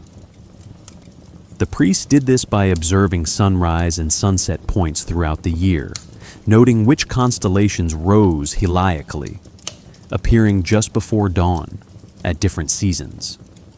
This created a star calendar that correlated with both solar and lunar cycles. The astronomical tablets we possess from later Babylonian periods, copying earlier Sumerian observations, show this system fully developed. The Mule-Apin tablets list approximately 66 stars and constellations, organized by their rising and setting times throughout the year. The tablets note, On the first day of Nisanu, the constellation Hired Man becomes visible at dawn. They track Venus, observations across multiple years. They calculate the length of daylight and darkness for different times of year. They predict lunar and solar eclipses using cycles they'd identified through long-term observation. Modern astronomers examining these tablets find them generally accurate. The Sumerians and their Babylonian successors knew the synodic period of Venus. The time between consecutive appearances as morning or evening star was approximately 584 days. They tracked Jupiter's 12-year orbital period, noting which constellation it occupied each year. They understood that Mars moved in retrograde loops when Earth overtook it in orbit, though they explained this through mythological narratives about the god Nergal's wandering path.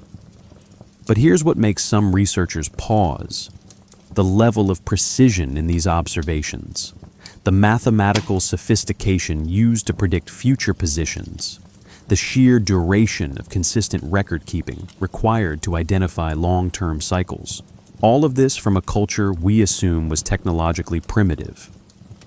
The Sumerians didn't have precise timekeeping devices. They measured time by water clocks that were accurate to maybe 15 minutes per day. They didn't have precise angle measuring instruments. Their mathematics, while sophisticated, was done on clay tablets using reed styluses. Yet they achieved results that weren't matched again until Islamic astronomers, working with much better tools nearly 3,000 years later, independently rediscovered some of the same patterns. How did they do it? The standard answer is time and dedication. If you watch the sky every clear night for centuries, recording everything in permanent tablets, comparing observations across generations, patterns emerge. The Sumerians had both institutional continuity, temples that survived for thousands of years, and cultural priority for astronomical observation. The combination was sufficient, but alternative interpretations suggest something else. What if the Sumerians started with knowledge that had been given to them rather than discovered? If the Anunnaki had advanced astronomical understanding, they could have provided star catalogs, planetary cycles, eclipse prediction methods.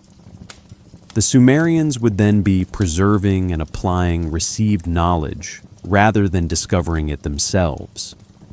This would explain the apparent sophistication appearing so early in their cultural development. Let me tell you about a specific astronomical observation that illuminates this debate. In 1984, researchers examining a circular clay tablet in the British Museum realized it was a copy of an ancient Sumerian star chart. The tablet, catalogued as K8538, dates to around 700 BCE, but is labeled as a copy of a much older original. It shows a circular star field divided into 8 sections, with cuneiform annotations describing constellations and celestial events. Dr. Alan Bond and Dr. Mark Hempsel, engineers at Bristol University, spent years analyzing this tablet. They concluded it depicted the night sky over Mesopotamia on the night of June 29th, 3123 BCE. The tablet recorded the path of an asteroid or comet observed passing through specific constellations before apparently impacting somewhere to the west. The annotations described the object's trajectory, noting landmarks it passed and estimating its path continuation beyond the horizon. If their interpretation is correct, this tablet represents astronomical observation from over 5,100 years ago, precisely recorded and considered important enough to copy and preserve for 2,400 years. The level of detail, specific constellation positions, trajectory calculations, impact prediction, suggests sophisticated understanding of celestial mechanics. Or, skeptics note, the tablet might record something entirely different, and modern engineers are projecting their interpretations onto ambiguous ancient symbols. This illustrates the challenge with ancient astronomical texts. They're specific enough to suggest real knowledge, but ambiguous enough to permit multiple interpretations. Mainstream scholars see careful observation accumulated over centuries. Alternative researchers see knowledge too precise for the proposed methods of acquisition. The priests atop Ur's ziggurat weren't just watching the sky for religious or agricultural purposes. They were also tracking omens. Mesopotamian culture believed celestial events predicted earthly outcomes. A lunar eclipse signaled danger to the king. Venus's behavior forecasted military success or failure. Unusual celestial phenomena, comets, meteors, planetary conjunctions, all required interpretation by skilled observers who consulted extensive omen catalogs. The omen texts are fascinating documents. They follow an if-then structure.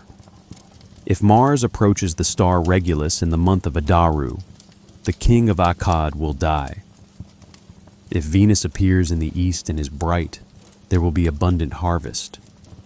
If the moon is eclipsed on the 14th day and darkness persists for one watch, the king will be killed by his son. These weren't considered metaphorical, but literal predictions based on observed correlations between celestial and terrestrial events. Modern readers see superstition, but the Mesopotamians were attempting something rational within their worldview. They were seeking patterns that would allow prediction of otherwise chaotic events. If the gods controlled both heaven and earth, and if the gods revealed their intentions through celestial signs, then careful observation could provide advance warning of divine plans. The logic was sound, given their theological premises. But the omen texts also reveal something else. They show that Mesopotamian astronomical observation wasn't purely scientific in our sense, but was deeply embedded in religious and political systems.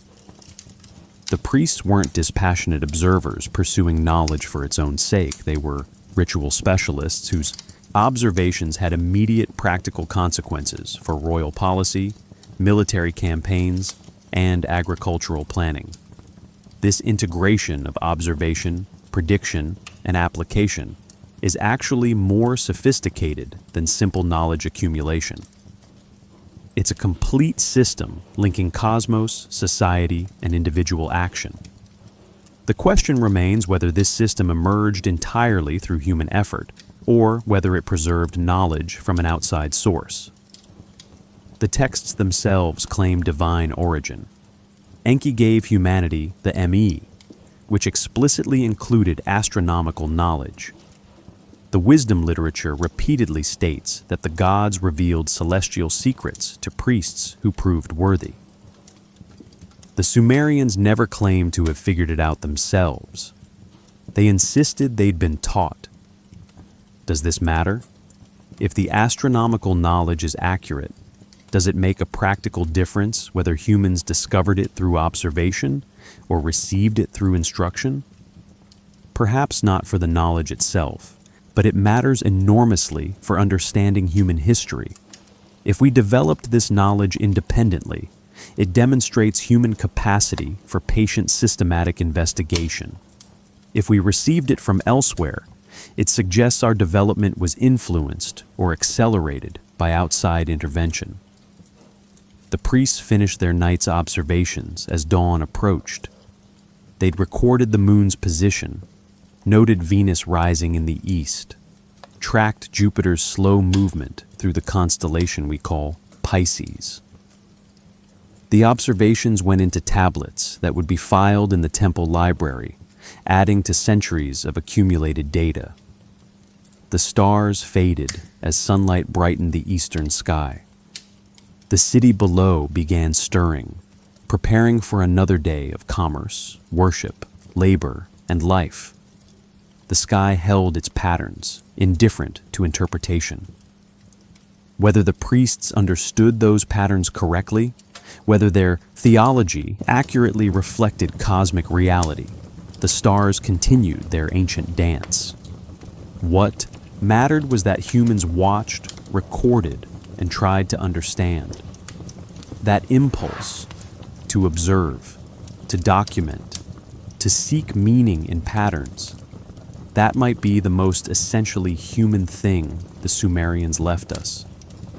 But what they claimed about those patterns, what they insisted the stars revealed about humanity's origins and purpose, those claims remained troubling and unresolved. The royal cemetery at Ur, excavated by Leonard Woolley between 1926 and 1932, contained 16 royal tombs and approximately 600 commoner graves dating to around 2600 BCE. The royal tombs were different from anything archaeologists had encountered in Mesopotamia. They weren't simple burials, but elaborate underground chambers accessed by descending ramps, filled with extraordinary wealth and accompanied by mass human sacrifice. Woolley's excavation of Tomb PG 789, the Great Death Pit, revealed the remains of 74 people, mostly women wearing elaborate headdresses of gold and lapis lazuli, arranged in rows as though they'd lain down in order. Near them lay a wooden sledge decorated with gold and red paste, the remains of oxen that had pulled it, and evidence of a musical instrument, a lyre with a golden bull's head. Chemical analysis of cups found near the bodies suggested they drunk poison, participating willingly in ritual death to accompany their ruler to the afterlife. This discovery shocked the archaeological world. Mass human sacrifice at funerals wasn't unknown. Ancient Chinese tombs contained similar finds, but Mesopotamian civilization was supposed to be rational, bureaucratic, governed by written law. Finding evidence of 74 people voluntarily or forcibly killed to serve a dead king contradicted that image. The Sumerians, for all their astronomical sophistication and literary achievement, practiced dark rituals that revealed a theological worldview alien to modern sensibilities. The objects recovered from these tombs showed extraordinary craftsmanship. Golden helmets, beaten from single sheets of metal, shaped to depict elaborate hairstyles with each strand individually defined. Jewelry using granulation technique, applying tiny gold beads to create patterns that required temperature control within a few degrees and wouldn't be matched again for centuries. Lapis lazuli carved into cylinder seals showing mythological scenes with details so fine they require magnification to appreciate fully. Weapons inlaid with gold and shell in geometric patterns. Musical instruments decorated with mythological imagery. One cylinder seal from the royal tombs shows a seated figure receiving offerings from a procession of attendants. Above the scene floats a seven-pointed star and a crescent moon, standard symbols of Inanna and Nanna. But the seated figure wears a horned crown, the symbol reserved for deities.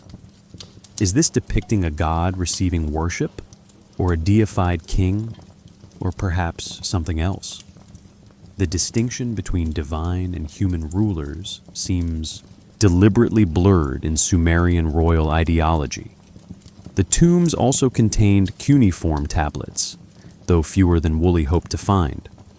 Most were administrative documents, inventory lists of the tomb's contents, essentially receipts documenting what had been buried.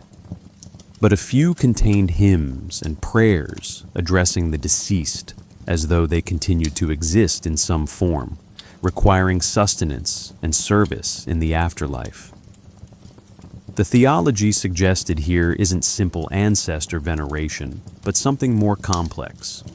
Dead rulers transformed into divine or semi-divine beings, requiring eternal maintenance. Beneath the royal cemetery, Woolley's team discovered something that received less attention, but was perhaps more significant. older structures buried under centuries of accumulated debris, representing earlier phases of Ur's development. And beneath those, at a depth of about 11 meters below the contemporary ground level, they found a layer of water-laid clay approximately 2.5 meters thick, containing no artifacts or evidence of human occupation. Woolley interpreted this as flood deposit, evidence of the deluge described in Sumerian texts. The clay layer marked a break in occupation, people living at the site, then catastrophic flooding that buried everything under meters of sediment, then eventual return and rebuilding. Subsequent excavations at other Mesopotamian sites found similar interruptions, though not all dated to the same period. Modern geological analysis suggests these represent localized flooding events rather than a single catastrophic deluge. But they confirm that severe floods did occur and would have been traumatic enough to enter cultural memory as mythological narrative. The Sumerian flood story, preserved in several texts including the Eridu Genesis and the Gilgamesh epic, describes divine decision to destroy humanity because we'd become too numerous and noisy. Enlil, the storm god, convinced the other Anunnaki to send a flood. But Enki, god of wisdom and water, secretly warned Ziusudra, the Sumerian Noah, to build a boat. Ziusudra loaded his family, craftsmen of various skills, and seed stock of animals. The flood came, lasting 7 days and nights, destroying everything. When waters receded, Ziusudra made offerings to the gods, who granted him immortality and placed him in Dilmun, the paradisiacal land where the sun rises.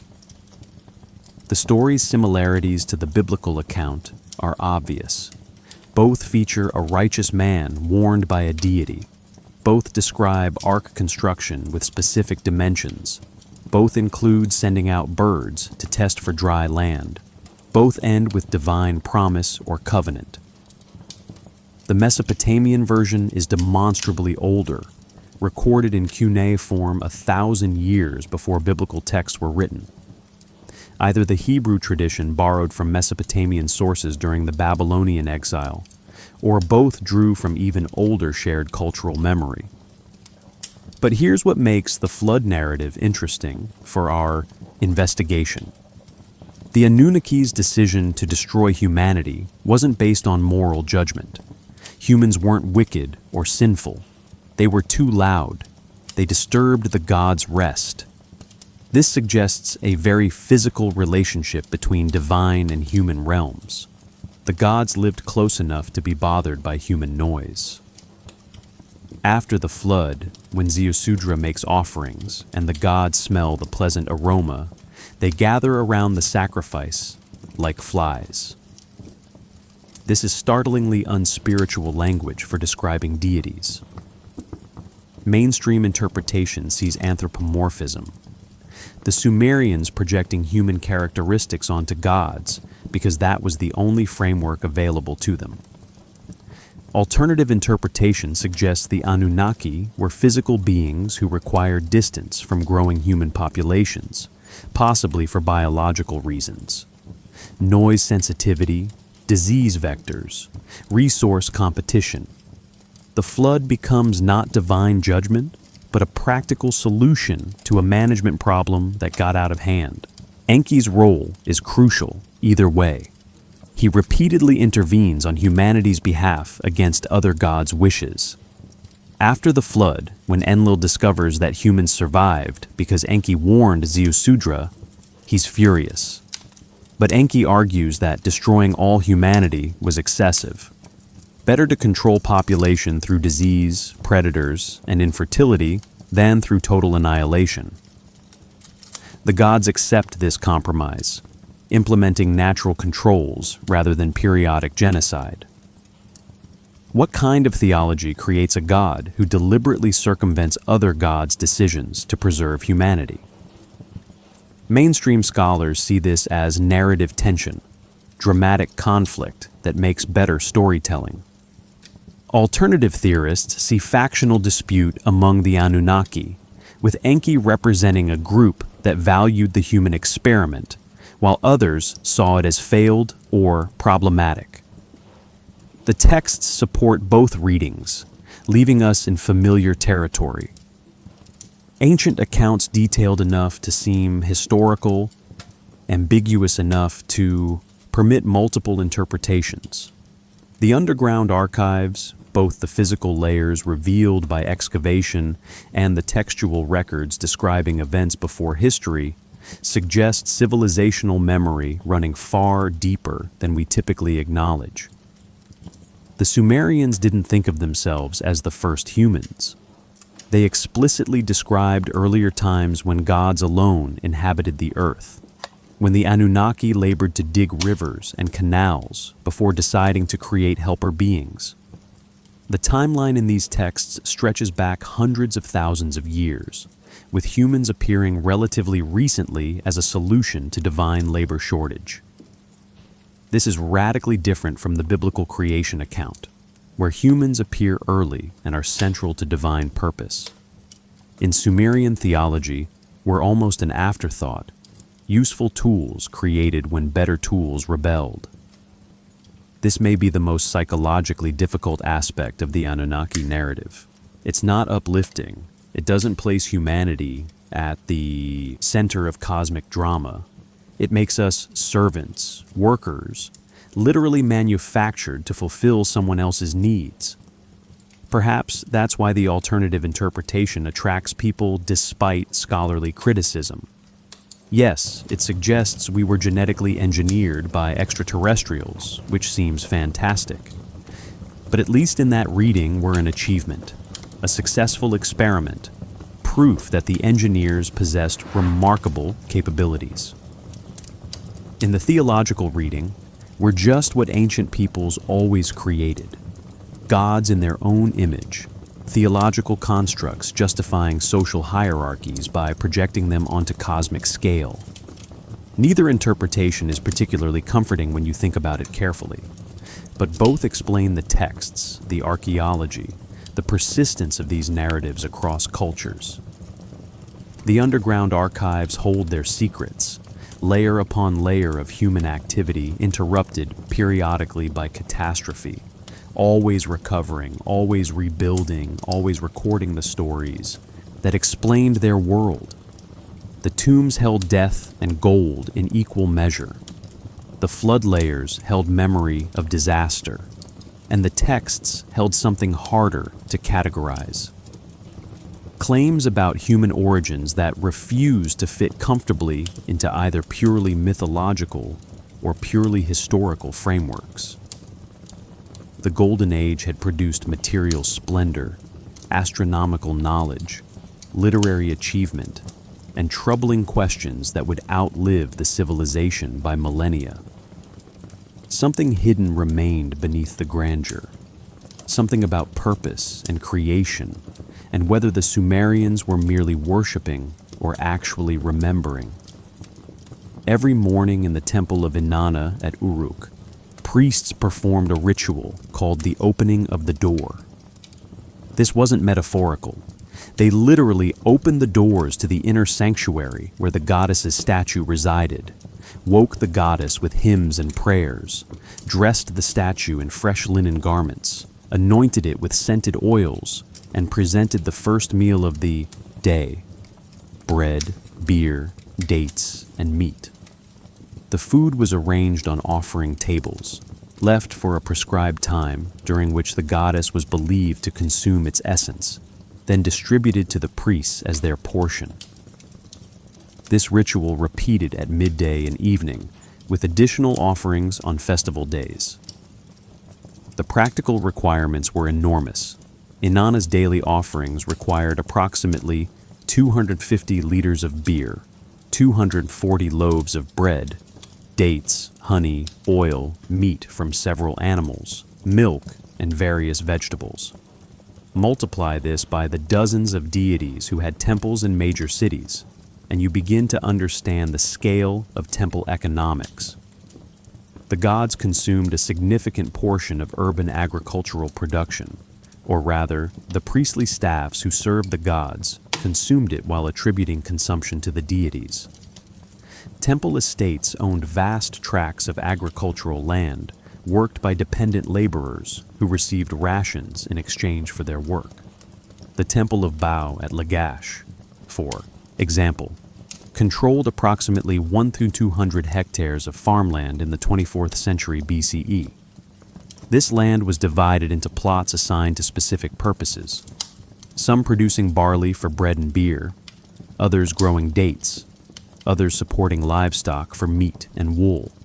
The annual yield was enormous, but so were the expenses: feeding the laborers, maintaining irrigation systems, replacing tools, supporting the administrative apparatus that coordinated everything.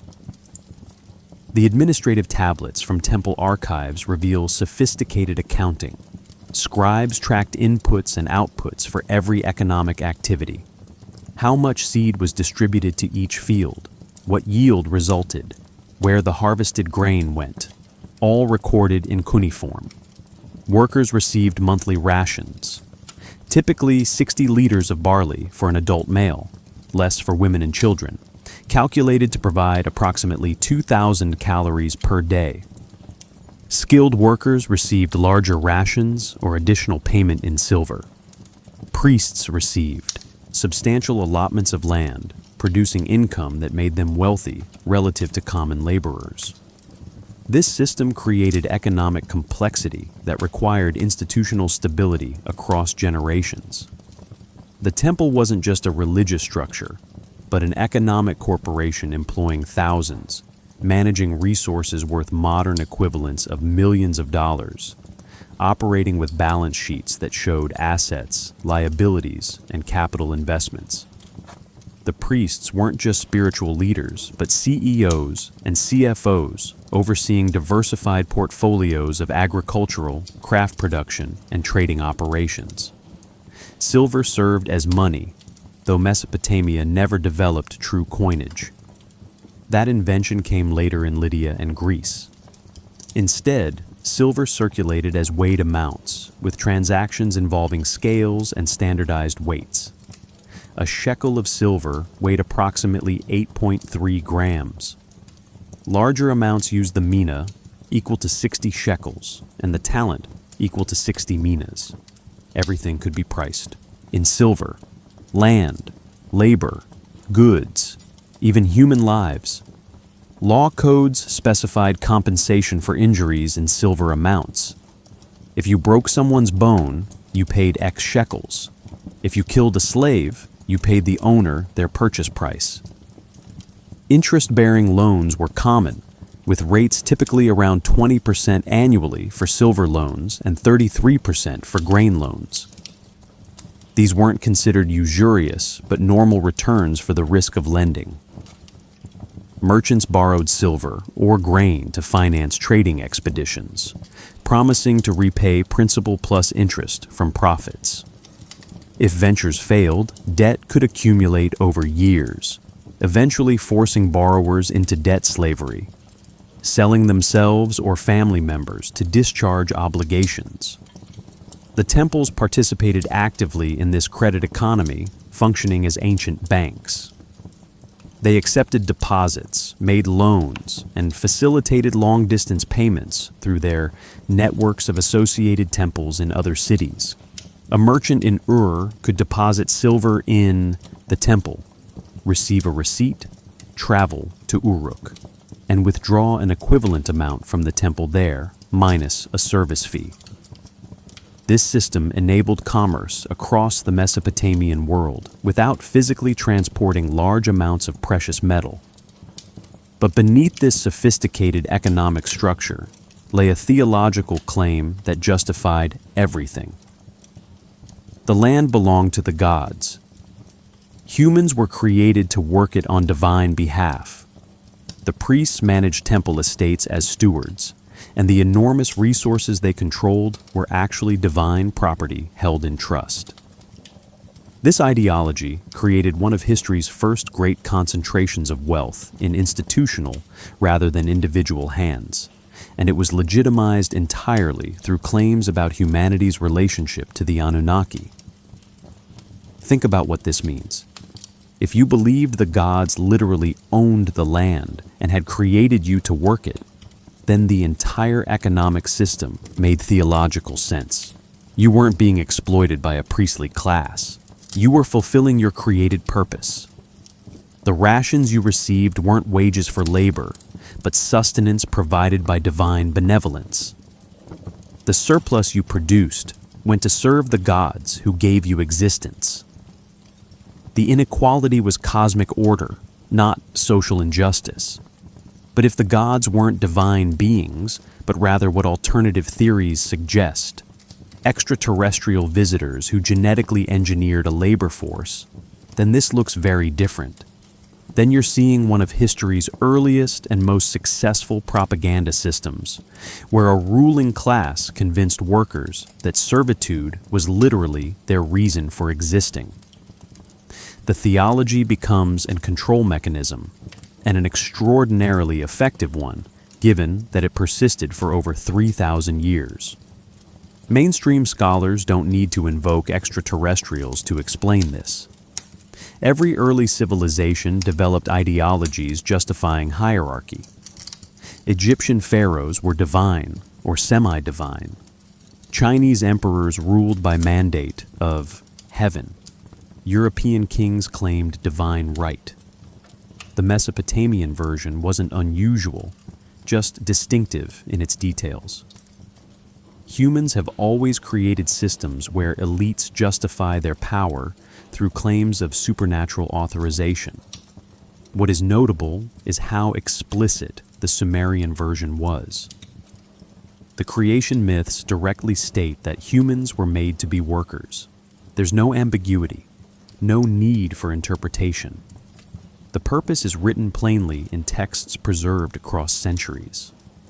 This clarity either reflects honest theology that didn't bother with flattering euphemisms, or it reflects memory of actual genetic engineering for specific purpose, depending on which framework you accept. The temple economies thrived through most of Sumerian history, but they were always vulnerable to political instability. When kings were weak, temples accumulated power and wealth. When kings were strong, they subordinated temples to royal authority, redirecting resources to palace rather than temple coffers. The tension between religious and political power created cycles of conflict that shaped Mesopotamian history. Around 2350 BCE, Sargon of Akkad conquered most of Mesopotamia, creating the first true empire. Sargon was Semitic, not Sumerian, and though he respected Sumerian culture, his rise marked the beginning of Sumerian political decline. The Sumerian language gradually gave way to Akkadian as the spoken tongue, though Sumerian survived as a literary and liturgical language for another 1,500 years, roughly analogous to Latin's role in medieval Europe. The astronomical observations continued, the economic records accumulated, the hymns were still sung, but something was changing. The civilization that had emerged from the marshes 3,000 years earlier was entering its long twilight, though the full darkness wouldn't come for another millennium. The gods seemed more distant, their interventions less frequent in contemporary accounts. Their temples maintained more from tradition than from living faith. Or perhaps the Anunnaki had simply completed whatever they came to do and departed, leaving humans to manage the system they'd established. The texts actually say something like this. Later Babylonian mythology describes the gods withdrawing from direct earthly involvement, delegating management to human kings while maintaining oversight from celestial realms. Whether this represents theological evolution or historical memory of actual departure depends, as always, on which interpretive framework you apply. The Golden Age was fading, but what it left behind The texts, the monuments, the troubling questions about human purpose and origins. Those would persist through every civilization that followed. The hidden dimensions beneath the obvious achievements were about to become even more apparent as we examined what the Sumerians knew that they perhaps shouldn't have known, what they built that defied easy explanation, and what warnings they might have been trying to preserve. Beneath the surface of Sumerian theology lies one of the most unsettling creation narratives ever preserved in writing.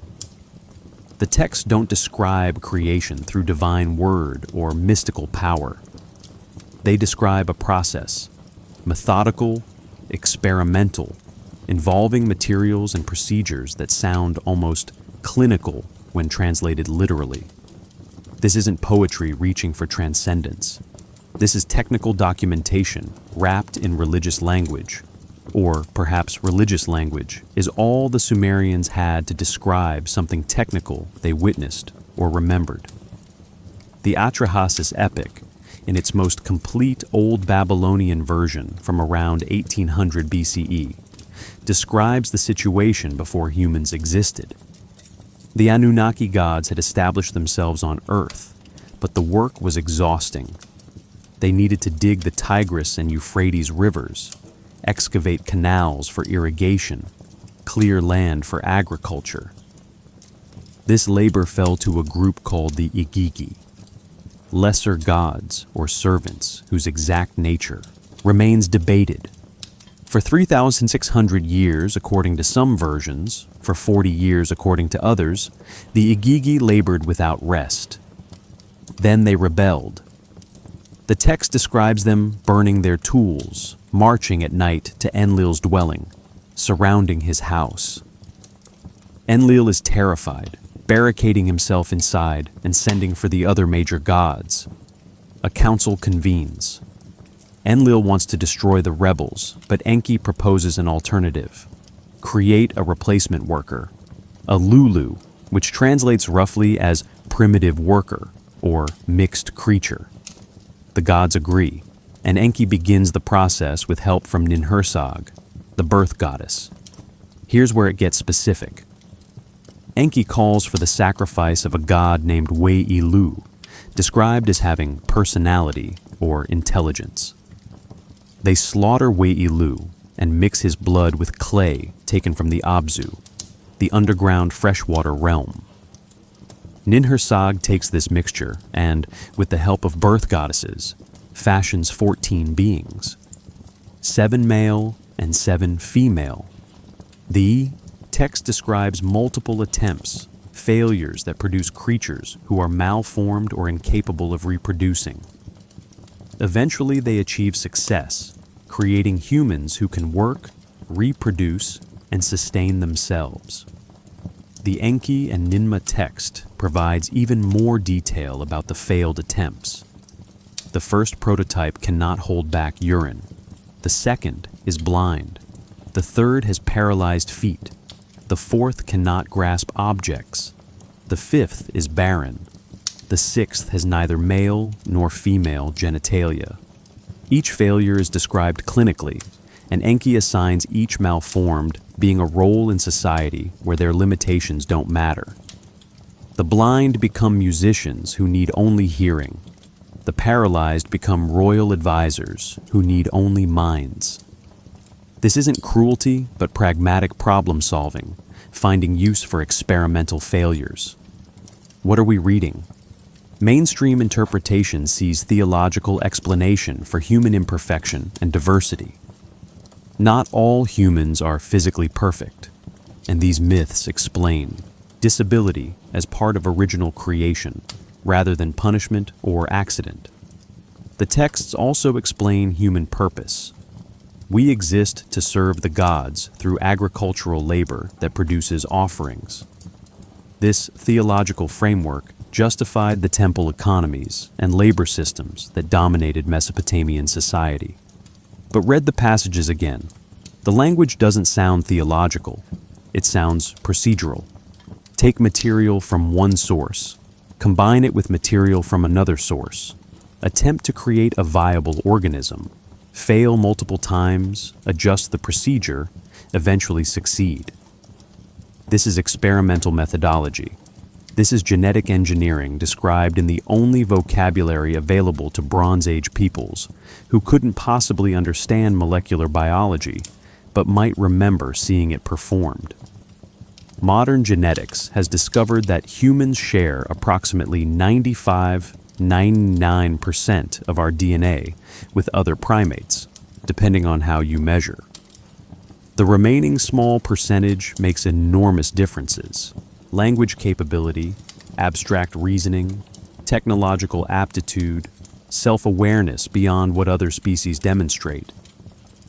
If you wanted to create a worker species more intelligent than natural primates, but still controllable, you might combine genetic material from two sources: advanced beings for intelligence and manual dexterity, terrestrial primates for environmental adaptation and physical strength.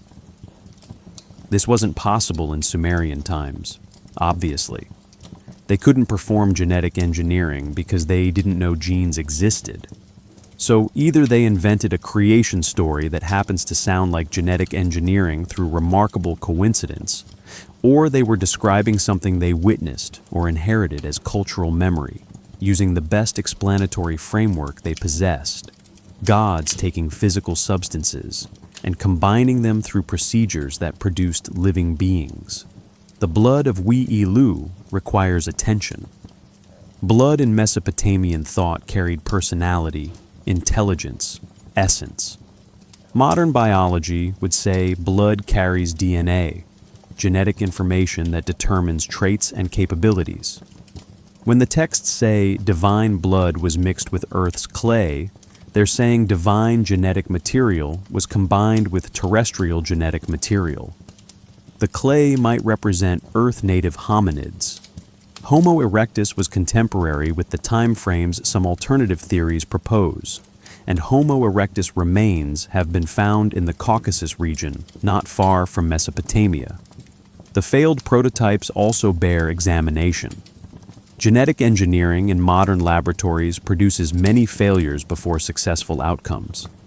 CRISPR technology, gene therapy, cloning experiments, all involve multiple attempts where organisms develop with problems before procedures are refined. The Sumerian texts describe exactly this pattern, which seems either prescient or memorial, depending on interpretation. Perhaps the most troubling element is the explicit statement of purpose. Humans weren't created for fellowship with the divine, weren't made in divine image to rule creation, weren't crafted as the pinnacle of cosmic plan. We were made to dig canals, grow crops, and maintain temple offerings so the gods could rest. This places humanity's cosmic significance somewhere below house pets. At least pets provide companionship. We provided manual labor. Mainstream theology softens this by noting that ancient peoples generally saw themselves as serving the gods. Egyptian pharaohs built monuments to honor deities. Greek heroes sought divine favor. Biblical texts describe humans as servants of God. The Mesopotamian version is unusually blunt about servitude, but the basic relationship isn't unique. Every ancient culture positioned itself as subordinate to supernatural powers. Yet something about the Sumerian version persists in cultural memory as particularly disturbing. Maybe it's the clinical detail. Maybe it's the explicit genetic engineering framework. Maybe it's the casual acceptance that divine beings needed workers and simply made them, the way we might breed dogs for specific traits. The texts don't present this as tragedy or injustice. They present it as solution, as innovation, as successful problem solving by clever gods. The silence of the clay tablets on moral implications is deafening. No text asks whether creating sentient beings for labor was ethical.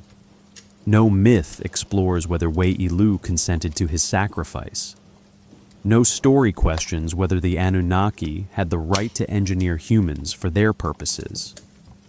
The absence of moral consideration either reflects ancient peoples not yet having developed those ethical frameworks, or reflects the successful normalization of a status quo where questioning one's created purpose was literally unthinkable. Hidden within these creation accounts is an assumption about the nature of humanity that underlies everything else the Sumerians recorded. We are tools, sophisticated tools certainly, capable of thought, creativity, even worship. But tools nonetheless, designed by intelligences greater than ourselves for purposes we didn't choose. If this was merely theology, it shaped Mesopotamian civilization for 3,000 years. If it was memory, it suggests human development was guided or altered by outside intervention at some point in our species' past. Modern anthropology traces human evolution from earlier hominids through gradual natural selection over millions of years. Homo sapiens emerged approximately 300,000 years ago in Africa, then spread across the world, developing increasingly sophisticated culture and technology. There's no evidence of genetic engineering, no trace of outside intervention, no need to invoke anything beyond natural processes. Yet the genetic puzzles remain. Humans are remarkably uniform genetically compared to other large mammals, suggesting either a severe population bottleneck sometime in our past that reduced genetic diversity, or perhaps a recent origin from a small founding population. Our chromosome 2 is a fusion of two separate chromosomes that remain distinct in other great apes, a mutation that either occurred naturally or might bear closer examination. We possess genes for language capability, abstract reasoning, and technological aptitude that seem unusually sophisticated for primates who were supposedly living in small hunter-gatherer bands for most of our species' existence. These observations don't prove intervention. They show what we'd expect from evolution combined with random events, but they leave room for alternative possibilities if you're inclined to consider them. The Sumerians insisted they'd been created deliberately by beings called the Anunnaki. Modern genetics can't disprove that claim, though it finds no evidence requiring it. What remains hidden is whether the Sumerians were theologizing their social structures into cosmic principles, or remembering actual events their descendants gradually transformed into mythology. The clay tablets sit in museums, patient as the day they were fired, holding their wedge-shaped secrets. The creation story persists, unsettling in its specificity, refusing to fit comfortably into either purely mythological or purely historical categories. The genetic dimension of the Anunnaki narrative is where mainstream and alternative interpretations diverge most sharply, where evidence becomes most ambiguous, where we're forced to acknowledge that certainty eludes us. Beneath the surface interpretations lie questions about human origins that neither theology nor science has completely answered. The Sumerian king list exists in multiple copies, the most complete being the Weld-Blundell prism held at Oxford's Ashmolean Museum. It's a clay prism approximately 20 centimeters tall, inscribed on all four sides with cuneiform text listing rulers from the beginning of kingship until the early 2nd millennium BCE. The document opens with a phrase that has echoed through scholarly debates for a century. After the kingship descended from heaven, the kingship was in Eridu. Then it lists the antediluvian kings, 8 rulers who reigned before the great flood. Their names are preserved: Alulim, Alaljar, Enmenlu-Ana, Enmengal-Ana, Dumuzid, Ensipazi-Ana, Enmendur-Ana, and Ubaratutu. What makes this list extraordinary are the reign lengths. Alulim ruled for 2800 years. Alaljar ruled for 36,000 years. The shortest reign was Enmendur-Ana at 21,000 years. Combined, These 8 kings ruled for 241,200 years before the flood. After the flood, the text states, the flood swept over. After the flood had swept over, when the kingship was lowered from heaven, the kingship was in Kish. The post-Diluvian kings still have impossibly long reigns by modern standards, but they're decreasing. The first king of Kish ruled for 1,200 years. Subsequent rulers show gradually shortening reigns. 960 years, 840 years, 720 years, and so on. By the time you reach historical rulers around 2600 BCE, whose reigns can be verified archaeologically, the numbers have decreased to 15 to 30 years, normal human lifespans. What is happening here? The list transitions seamlessly from mythological time into historical time without any indication that the nature of the document is changing. The later kings on the list are historically verifiable. Archaeologists have found their inscriptions, excavated their palaces, confirmed their existence through multiple independent sources. The list is accurate for its historical portion. So why does it include the impossible earlier sections? Mainstream scholarship offers several explanations. Perhaps the early numbers represent dynasties rather than individuals. The reign of Alulim actually means the Alulim dynasty that included multiple rulers whose individual reigns were combined. Perhaps the numbers are corrupted, with scribes making errors in transmission that got compounded over centuries of copying. Perhaps the units aren't years, but months or seasons, making 28,800 years, actually 28,800 months, or roughly 2,400 years. Perhaps the entire antediluvian section is purely mythological, included to give kingship ancient divine sanction. Alternative interpretations take the numbers more literally. If the Anunnaki were long-lived beings, possibly with lifespans measured in thousands of years through advanced medicine or different biology, and if early human Anunnaki hybrids inherited some of that longevity, then the reign lengths might be accurate. The gradual decrease would represent genetic dilution as hybrid rulers interbred with fully human populations, each generation losing more of the longevity genes until lifespans normalized to standard human ranges. This reading requires accepting that beings existed who lived for tens of thousands of years, which contradicts everything we know about biology. Cellular senescence, telomere shortening, accumulated genetic damage, all of these limit lifespan in known organisms. The longest-lived vertebrates are certain whale species and Greenland sharks that might reach 400 to 500 years. Nothing lives for millennia, let alone tens of millennia. Unless, and this is where speculation enters frankly fantastical territory, unless longevity wasn't biological, but technological.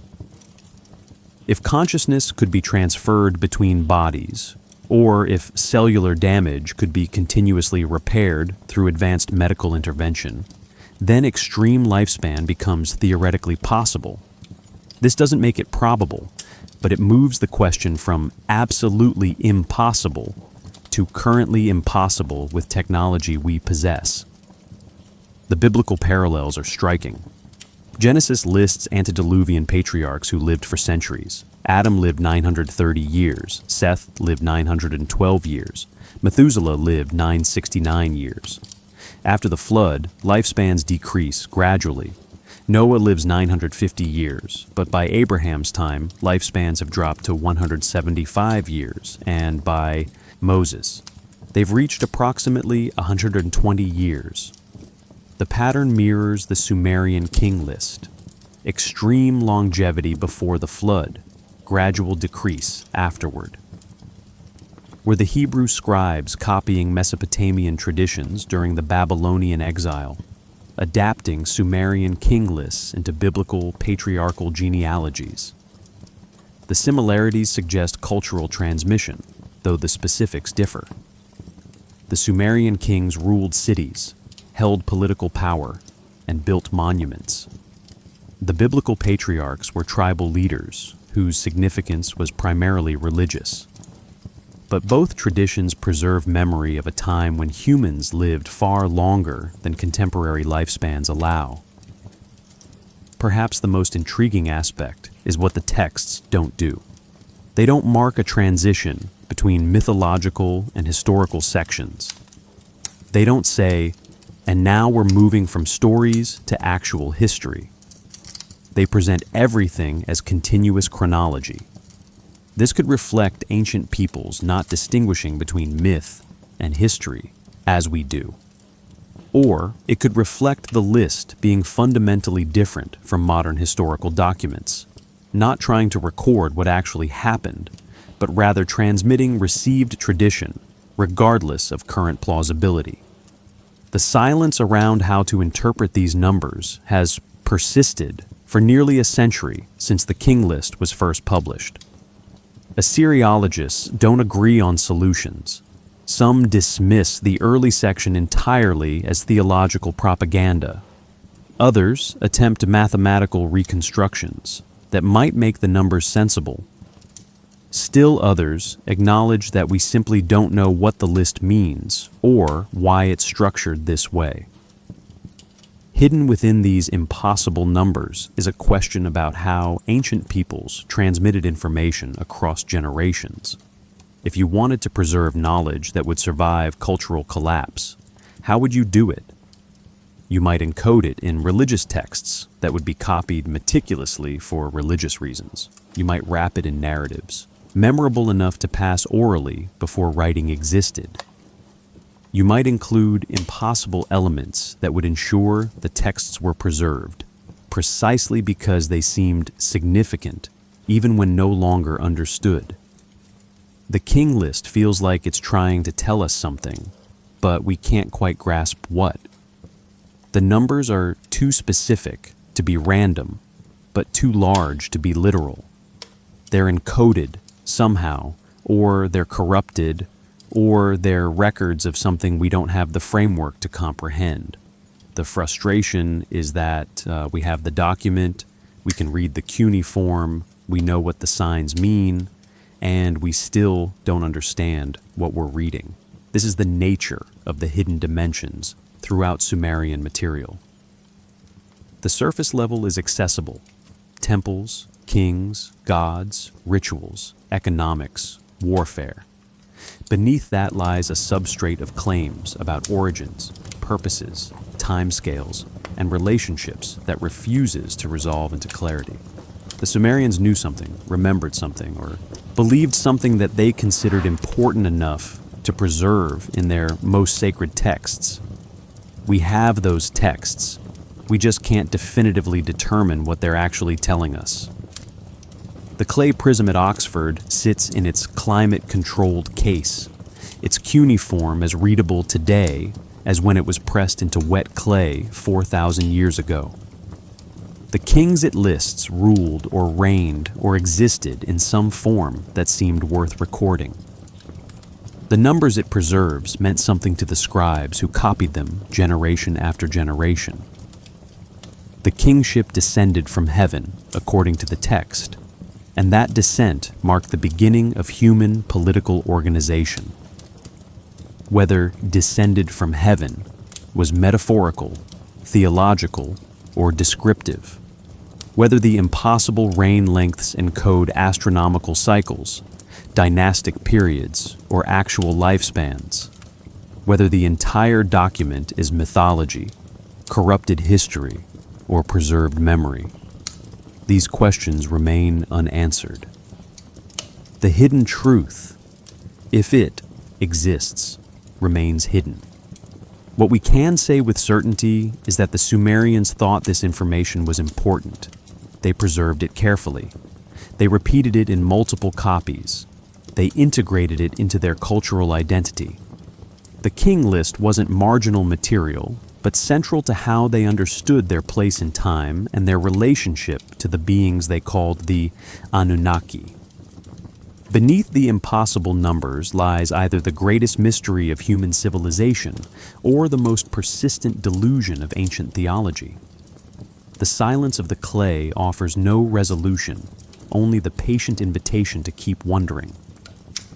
In a storage room at the British Museum, catalog number K8538, sits a circular clay tablet approximately 14 centimeters in diameter.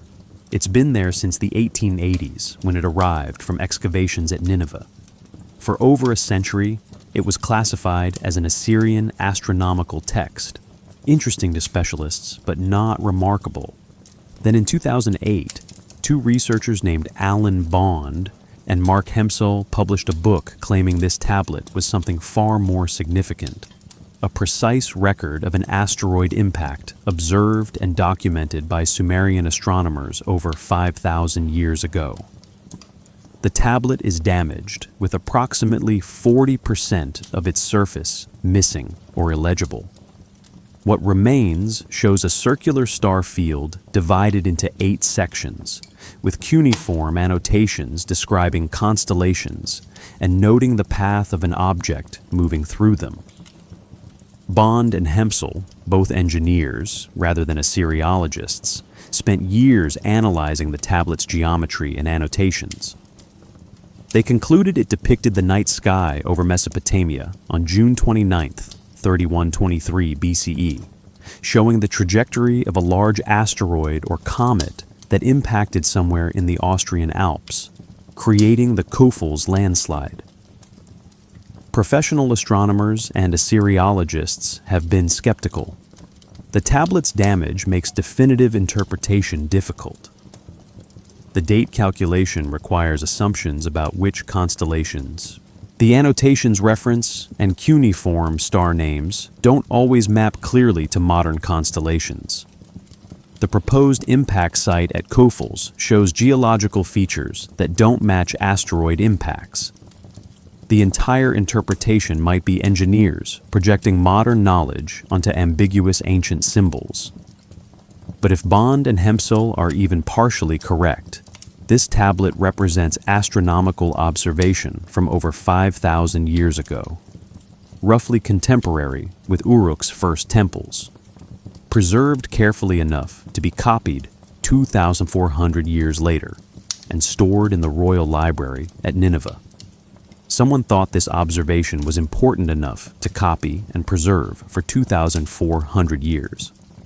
That alone suggests something significant happened, even if modern interpretation hasn't definitively identified what. The tablet joins other Sumerian astronomical texts that demonstrate knowledge that seems sophisticated for their supposed technological level. The MUL Apin tablets catalog approximately 66 stars and constellations, noting their rising and setting times throughout the year. They describe planetary movements with precision that modern astronomers have verified against computer models of ancient skies. They predict lunar and solar eclipses using cycles they identified through multi-generational observation. The Venus tablet of Amisaduqa, dating to the Old Babylonian period around 1700 BCE, but recording observations from centuries earlier, tracks Venus's appearances and disappearances over 21 years. It notes first and last visibility as morning and evening star, correlating these with earthly events like floods and harvests. Modern analysis shows the observations are generally accurate, with dates and durations matching what Venus actually did during the recorded period. What makes these texts interesting isn't just their accuracy, but their systematic approach. The Sumerians weren't making random observations. They were following a program, watching specific celestial objects, recording their behavior, looking for patterns that would allow prediction. This is scientific methodology, albeit wrapped in religious interpretation. The observations were made to understand divine intentions, but the underlying process was empirical observation, data collection, and pattern analysis. Some researchers point to specific claims in Sumerian texts that seem to demonstrate knowledge beyond naked eye observation. The most controversial involves the planet Nibiru, which appears in astronomical contexts but has been variously identified as Jupiter, Mercury, or a hypothetical additional planet. Zecharia Sitchin claimed Nibiru was the Anunnaki's home world, orbiting the Sun in a 3,600-year elliptical path that brought it periodically into the inner solar system. Professional astronomers have thoroughly debunked this. No such planet exists. The proposed orbit would be unstable, and no Sumerian text actually describes what Sitchin claimed. But beneath Sitchin's misinterpretations lies a genuine puzzle. How did Sumerian astronomy become so sophisticated so quickly? The earliest writing dates to 3200 BCE. By 2500 BCE, astronomical texts show detailed knowledge of planetary cycles, eclipse prediction, and mathematical models of celestial motion. That's only 700 years of development, which seems remarkably fast for a civilization just inventing writing. The standard explanation is that oral tradition preserved astronomical knowledge before writing, and once writing developed, centuries of accumulated observation could be recorded. This is reasonable. Hunter-gatherer societies track celestial patterns for seasonal navigation. Agricultural societies need astronomical calendars for planting. The Sumerians simply wrote down what their ancestors had learned over millennia of observation. Yet the precision remains striking. The Sumerians calculated the lunar month as 29,530 days. Modern measurement gives 29.530 days. They calculated the solar year as 365.2422 days. Modern measurement gives 365.2422 days. They tracked Venus's synodic period as 583.92 days. Modern measurement gives 583.92 days.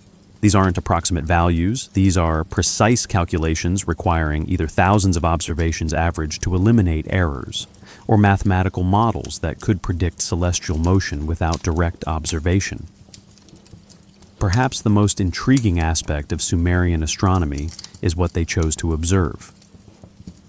They tracked all 5 visible planets: Mercury, Venus, Mars, Jupiter, Saturn. They noted the moon's complex motions, including the 18.6-year nodal cycle. They observed stars and constellations systematically. But they also seemed interested in anomalies: comets, meteors, unusual conjunctions, anything that deviated from regular patterns.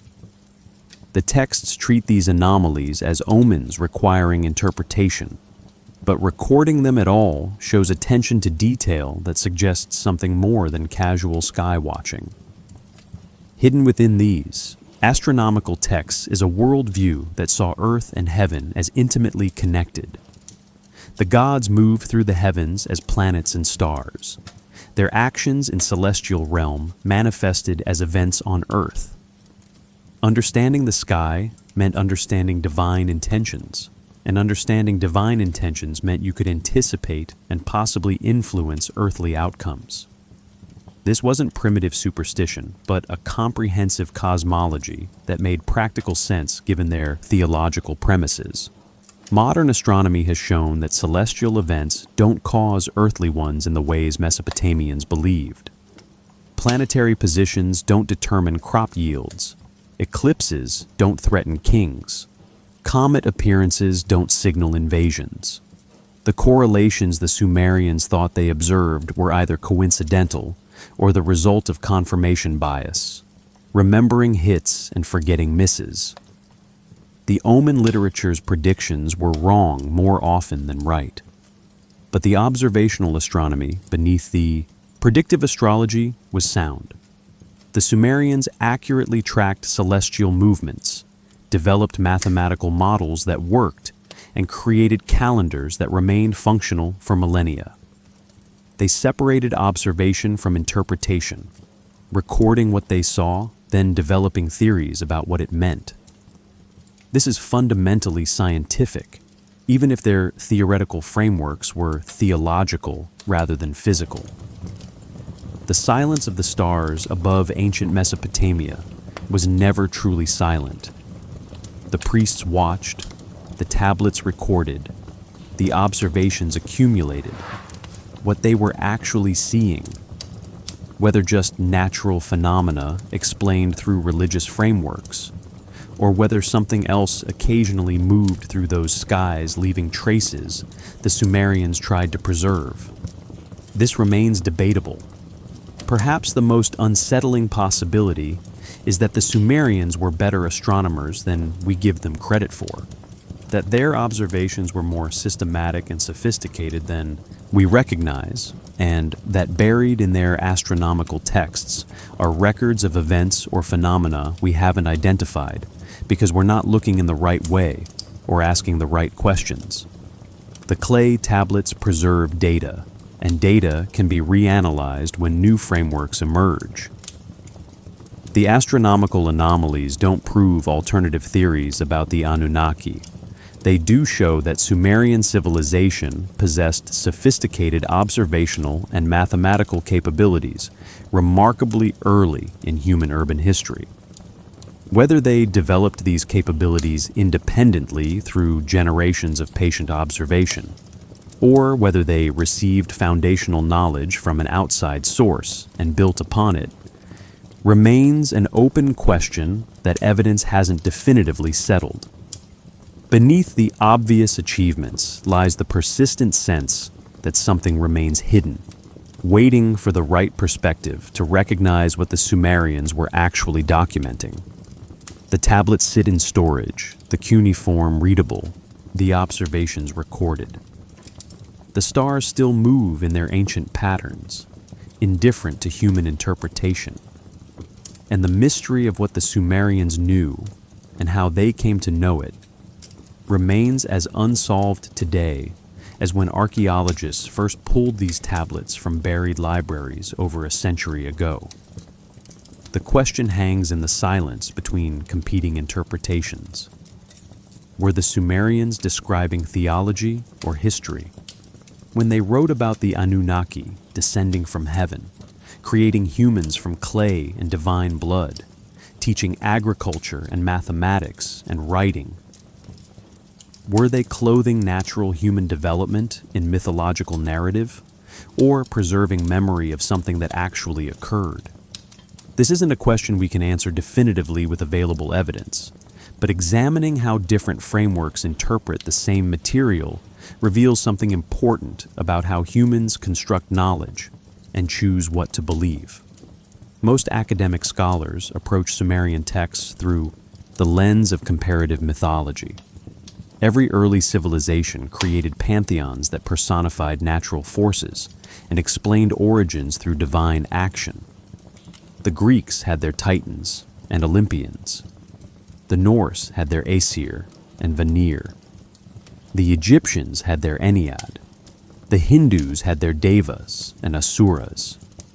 The Anunnaki fit this pattern perfectly, powerful beings with distinct personalities and domains, interacting with humans and each other in ways that explained both cosmic principles and social structures. Nothing about Sumerian theology requires explanation beyond normal religious development. This interpretation has substantial support. Archaeological evidence shows gradual development of Mesopotamian civilization from Ubaid villages through Uruk. Urbanization without any discontinuities suggesting outside intervention. The technology the Sumerians used, bronze tools, mud brick construction, irrigation agriculture, all developed locally through observable progression. Their astronomical knowledge, while impressive, doesn't exceed what careful naked eye observation over centuries could achieve. Their writing system evolved from simple accounting marks to complex literature across approximately 600 years. Exactly what you'd expect from human invention. Every achievement has antecedents and evolutionary context. Furthermore, The mythological interpretation explains why similar stories appear across cultures. Gods creating humans from Earth appears in Egyptian, Greek, and Mesoamerican traditions. Flood narratives appear worldwide, likely preserving memories of regional catastrophes that different cultures experienced independently. Culture heroes teaching agriculture and crafts appear in Native American, Pacific Island, and African mythologies. These parallels suggest humans everywhere construct similar explanatory narratives, not that they're all remembering the same actual events. But alternative researchers point to specific details that seem harder to explain through pure mythology. Why did the Sumerians describe genetic creation with such specificity, mixing materials, producing failures, adjusting procedures until achieving success? Most creation myths involve divine word or breath, bringing life to formed clay. The Mesopotamian version reads more like technical procedure than poetic metaphor. Perhaps this reflects the Sumerians being unusually literal-minded, or perhaps it reflects them describing something they'd witnessed or inherited as detailed memory. The claim that gods came from the sky appears repeatedly in Sumerian texts, but so does it in many mythologies. What's slightly unusual is the Mesopotamian insistence on physical presence. The gods lived in temples, consumed food, required daily service. Temple ration lists meticulously recorded offerings as though accounting for actual consumption. This goes beyond typical religious symbolism into territory that either reflects very concrete religious imagination or suggests the Sumerians were maintaining practices that originated when physical beings actually required sustenance. Some researchers point to patterns across ancient cultures that might suggest contact or shared knowledge source. Multiple civilizations built massive stone monuments aligned to celestial events without apparent communication. The Egyptians built pyramids, the Sumerians built ziggurats, Mesoamerican cultures built pyramids and temple platforms, all using sophisticated astronomical alignments achieved with seemingly primitive tools. Either this represents universal human responses to similar needs, creating elevated sacred spaces aligned to observable celestial patterns, or it reflects dissemination of architectural and astronomical knowledge from a common source. The counter-argument notes that humans are humans everywhere, with similar cognitive capabilities and similar environmental challenges. When you need a calendar for agriculture, you observe the sun and stars. When you want to honor gods, you build tall structures that dominate landscapes.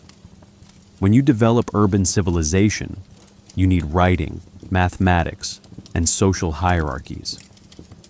Independent invention explains everything without requiring contact between distant cultures. Perhaps the most intriguing evidence cited by alternative theorists involves the sudden appearance of sophisticated knowledge.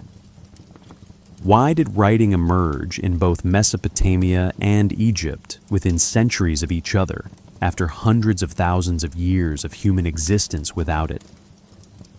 Why did urban civilization emerge independently in Mesopotamia, Egypt, the Indus Valley, China, and Mesoamerica during roughly the same era of human history, the 4th and 3rd millennia BCE? Either humans globally reached a developmental threshold where certain innovations became possible, or something influenced multiple regions simultaneously. The mainstream response points out that these developments weren't truly simultaneous. Mesopotamian writing predates Egyptian by perhaps 200 years. Chinese writing appears much later, around 1200 BCE. Mesoamerican writing develops in the 1st millennium BCE. The Indus Valley script remains undeciphered, so we can't be certain when or how it emerged. The apparent clustering is partly observational bias. We notice the ones that appeared roughly together and forget about later independent developments. And 200 to 500 years isn't simultaneous on evolutionary timescales. That's enough time for ideas to spread through trade networks without requiring extraordinary explanations. The question of contact ultimately comes down to what you consider more probable. Is it more likely that humans everywhere developed similar solutions to similar problems independently, or that some form of knowledge sharing occurred that we haven't yet identified? Both positions have supporting evidence. Both require accepting certain assumptions about human development, cultural transmission, and the nature of ancient knowledge. What we may never know is what the Sumerians themselves actually believed. Did they think their creation myths were literal history?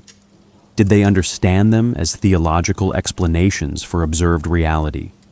Did they distinguish between the two categories the way we do? The texts don't tell us.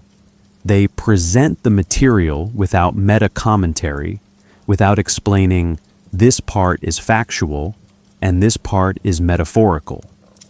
We're left interpreting ancient worldviews through frameworks those worldviews didn't use. Cross-cultural patterns suggest something interesting, regardless of interpretation. Nearly every ancient civilization includes stories of beings descending from the sky and teaching humans. The Dogon of Mali described Nomo coming from Sirius.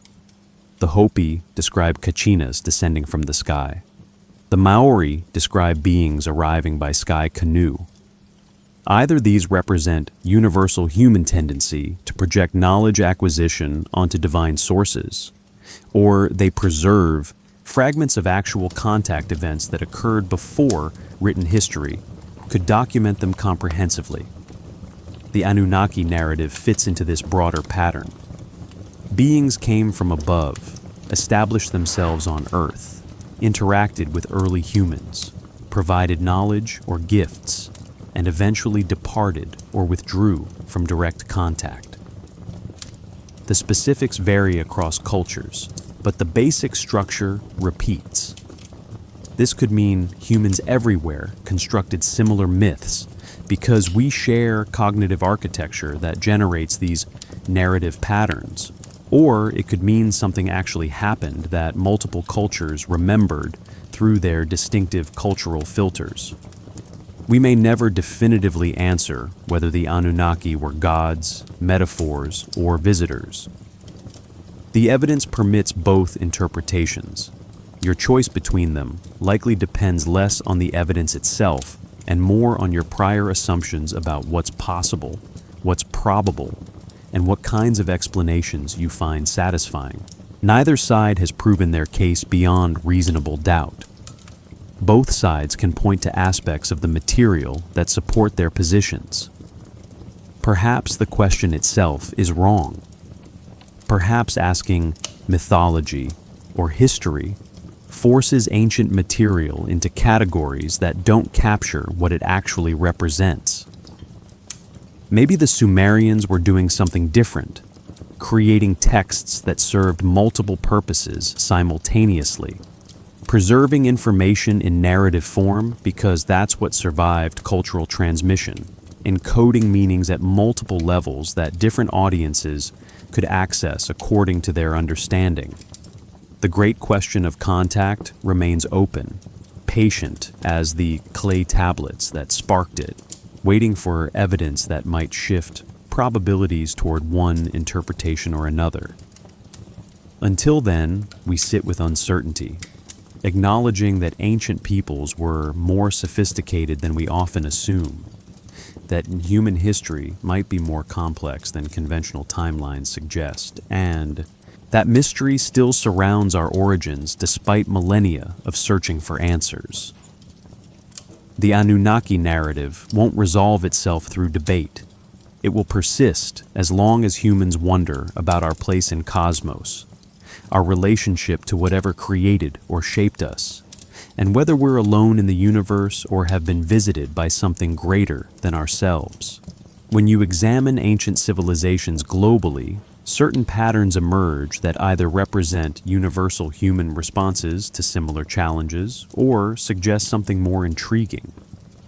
The possibility that knowledge was shared across distances and time frames we don't fully understand. The Sumerian material doesn't exist in isolation. It echoes and resonates with accounts from cultures separated by thousands of miles and thousands of years, creating a tapestry of parallels that demands explanation. The flood narrative appears in over 200 cultures worldwide, according to cataloging by anthropologists. The details vary, but core elements repeat. A deity or deities decide to destroy humanity through deluge. One righteous person receives warning and instructions to build a vessel. A small group survives along with animals. Waters recede, survivors make offerings, deity makes covenant or promise. The Sumerian version with Zeus-Sudra, the biblical version with Noah, the Hindu version with Manu, the Greek version with Deucalion, Native American versions among the Hopi and Cherokee, all preserve this basic structure. Mainstream scholarship explains this through actual flooding events. Rising sea levels at the end of the last ice age would have inundated coastal settlements worldwide. Regional catastrophic floods from tsunami, dam bursts, or extreme weather would have created trauma severe enough to enter cultural memory. Each culture independently experienced flooding and independently created myths explaining it as divine judgment or cosmic reset. The parallels reflect similar human responses to similar disasters, not transmission of a single original account. But some researchers note the specifics that align across cultures despite vast separations. The vessel built to specific dimensions, the sending of birds to test for land, the mountain where the vessel comes to rest, the sacrifice that pleases the gods. These details are oddly consistent across cultures that supposedly had no contact. Perhaps humans construct flood narratives with similar elements because these elements make narrative sense. You'd naturally build a large boat, you'd naturally send birds to scout, you'd naturally end up on high ground, you'd naturally thank whatever saved you. Or perhaps these cultures are all preserving fragments of the same event, transmitted through migration and cultural diffusion before written history. The genetic creation narrative also appears in multiple traditions, though rarely with the specificity of the Sumerian version. Egyptian mythology describes Khnum forming humans on a potter's wheel from Nile clay. Greek mythology has Prometheus shaping humans from clay and Athena breathing life into them. Chinese mythology describes Nuwa creating humans from yellow earth. Mesoamerican mythology has multiple creation attempts with different materials before humans are successfully made from maize. The pattern of divine beings using earthly materials to fashion humans appears globally. What's unusual about the Mesopotamian version is its technical detail and explicit mention of combining divine essence with earthly material through a process that produces failures before success. Most cultures describe single successful creation, not iterative experimentation. The Sumerian account reads more like laboratory notes than typical creation poetry. This could mean the Sumerians were unusually literal and process-oriented in their thinking, or it could mean they were preserving more specific information about what occurred. Beings descending from the sky and teaching humanity, fundamental skills appears in cultures across the globe. The Egyptian god Thoth taught writing, mathematics, and astronomy. The Greek Prometheus stole fire and taught crafts. The Mesoamerican Quetzalcoatl taught agriculture and calendar keeping. The Sumerian Enki gave the Me cultural arts, including writing, mathematics, agriculture, and metallurgy. The Chinese Yellow Emperor taught taught silk cultivation and writing. The pattern is nearly universal. Knowledge doesn't emerge from human invention, but arrives through divine gift. Perhaps this reflects how ancient peoples understood innovation. If someone in the community figured out how to smelt bronze or irrigate fields more effectively, the innovation would spread and eventually be attributed to divine inspiration rather than human cleverness. The culture hero or god becomes a personification of accumulated knowledge whose actual human origins were forgotten over generations. This psychological mechanism explains the pattern without requiring actual divine or extraterrestrial teachers.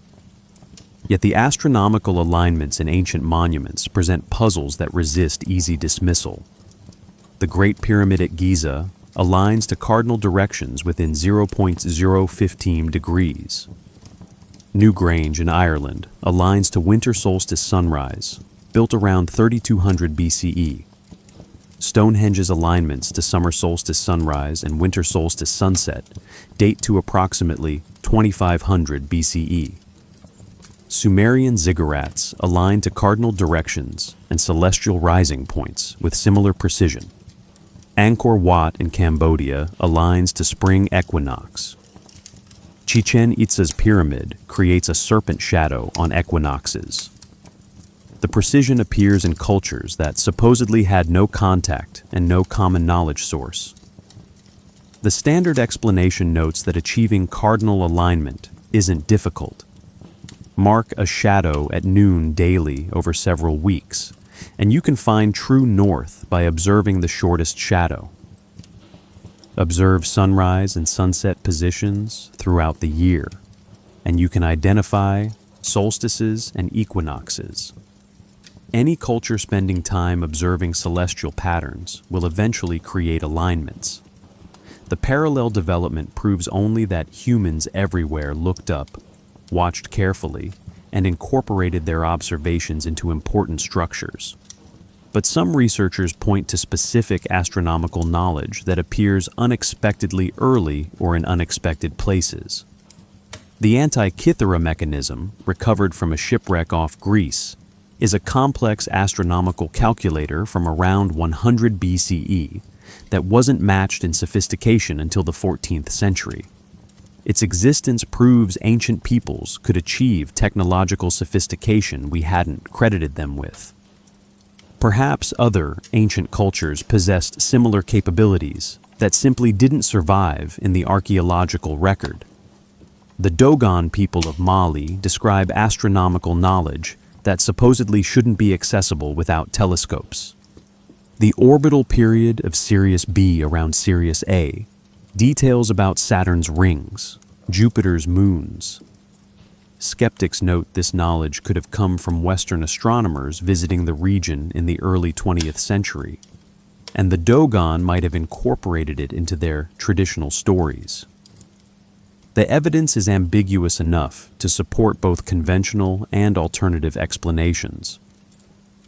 What we're confronting in all these patterns is the question of how knowledge moved through ancient world, and whether all knowledge originated from human observation and invention, or whether some arrived through other means. The conventional position holds that humans are extraordinarily capable, that given enough time and motivation, we'll figure out anything observable. The alternative position suggests human development might have been influenced or accelerated at certain points, not because we were incapable, but because assistance was provided. Perhaps both are true in different ways. Humans are capable of remarkable achievements through patient observation and systematic experimentation. We did develop writing, mathematics, astronomy, metallurgy, agriculture, and urban civilization through our own efforts.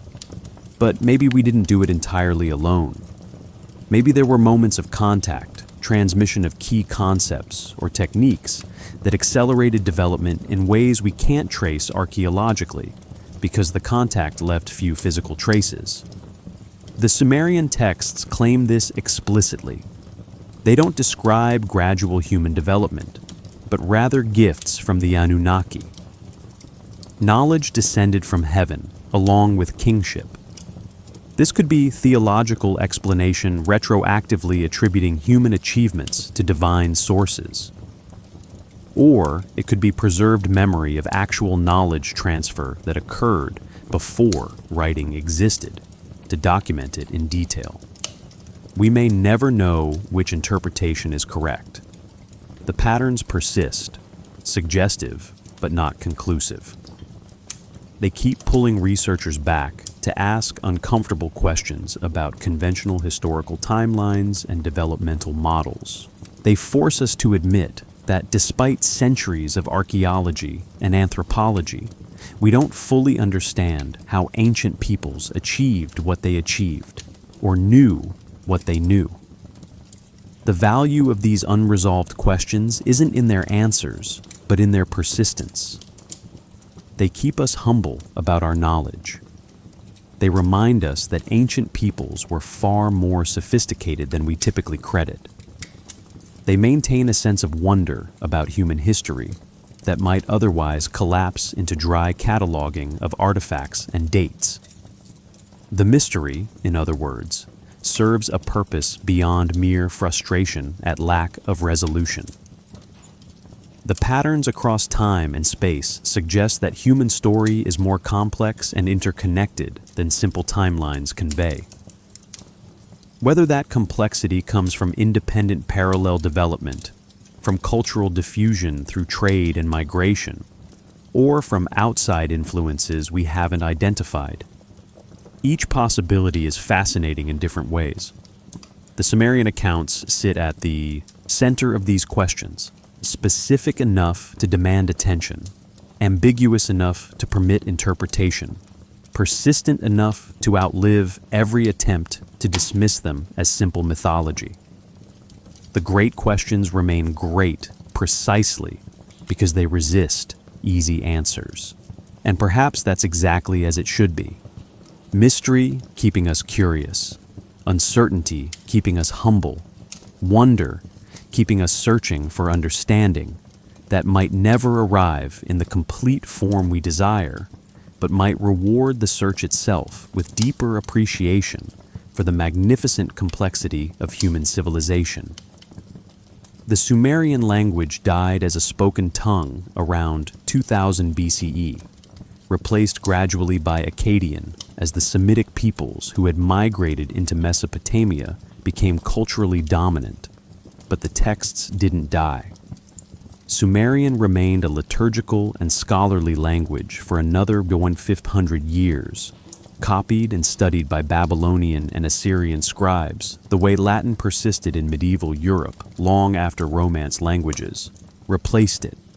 The myths about the Anunnaki, the creation accounts, the king lists, the astronomical observations, all of this passed from Sumerian into Akkadian, then into Babylonian, then into Assyrian, each culture preserving what earlier generations had recorded. The transmission wasn't perfect. Languages shift meanings. Scribes make copying errors. Cultural contexts change, and interpretations evolve with them. By the time Ashurbanipal compiled his royal library at Nineveh in the 7th century BCE, the texts he collected were already ancient. Some tablets his scribes copied were labeled as copies of originals from 1,000 years earlier. The Babylonians and Assyrians were preserving traditions they no longer fully understood, maintaining them through institutional momentum and religious obligation. Then around 600 BCE, the entire system collapsed. Babylon fell to the Persian Empire. Cuneiform writing gradually disappeared, replaced by Aramaic, written in alphabetic script. The Fa'i tablets were buried in ruined buildings, scattered by looters, or simply abandoned as cities depopulated. The ziggurats eroded, their mud brick cores weathering back into the earth from which they'd been formed. Within a few centuries, nobody could read cuneiform anymore. The texts became meaningless scratches on clay fragments, The Sumerian civilization vanished from human memory, but echoes survived. The Hebrew Bible, compiled during and after the Babylonian exile, contains flood narratives clearly influenced by Mesopotamian sources. Genesis describes creation, garden paradise, long-lived antediluvian patriarchs, all themes with Sumerian antecedents. Greek writers mentioned Chaldean wisdom and Babylonian astronomical knowledge. Medieval Islamic scholars preserved references to ancient Mesopotamian learning. The memory was fragmented, transformed, no longer connected to its source, but it persisted through cultures that had encountered it during Mesopotamia's final centuries. For over 2,000 years, the tablets lay buried.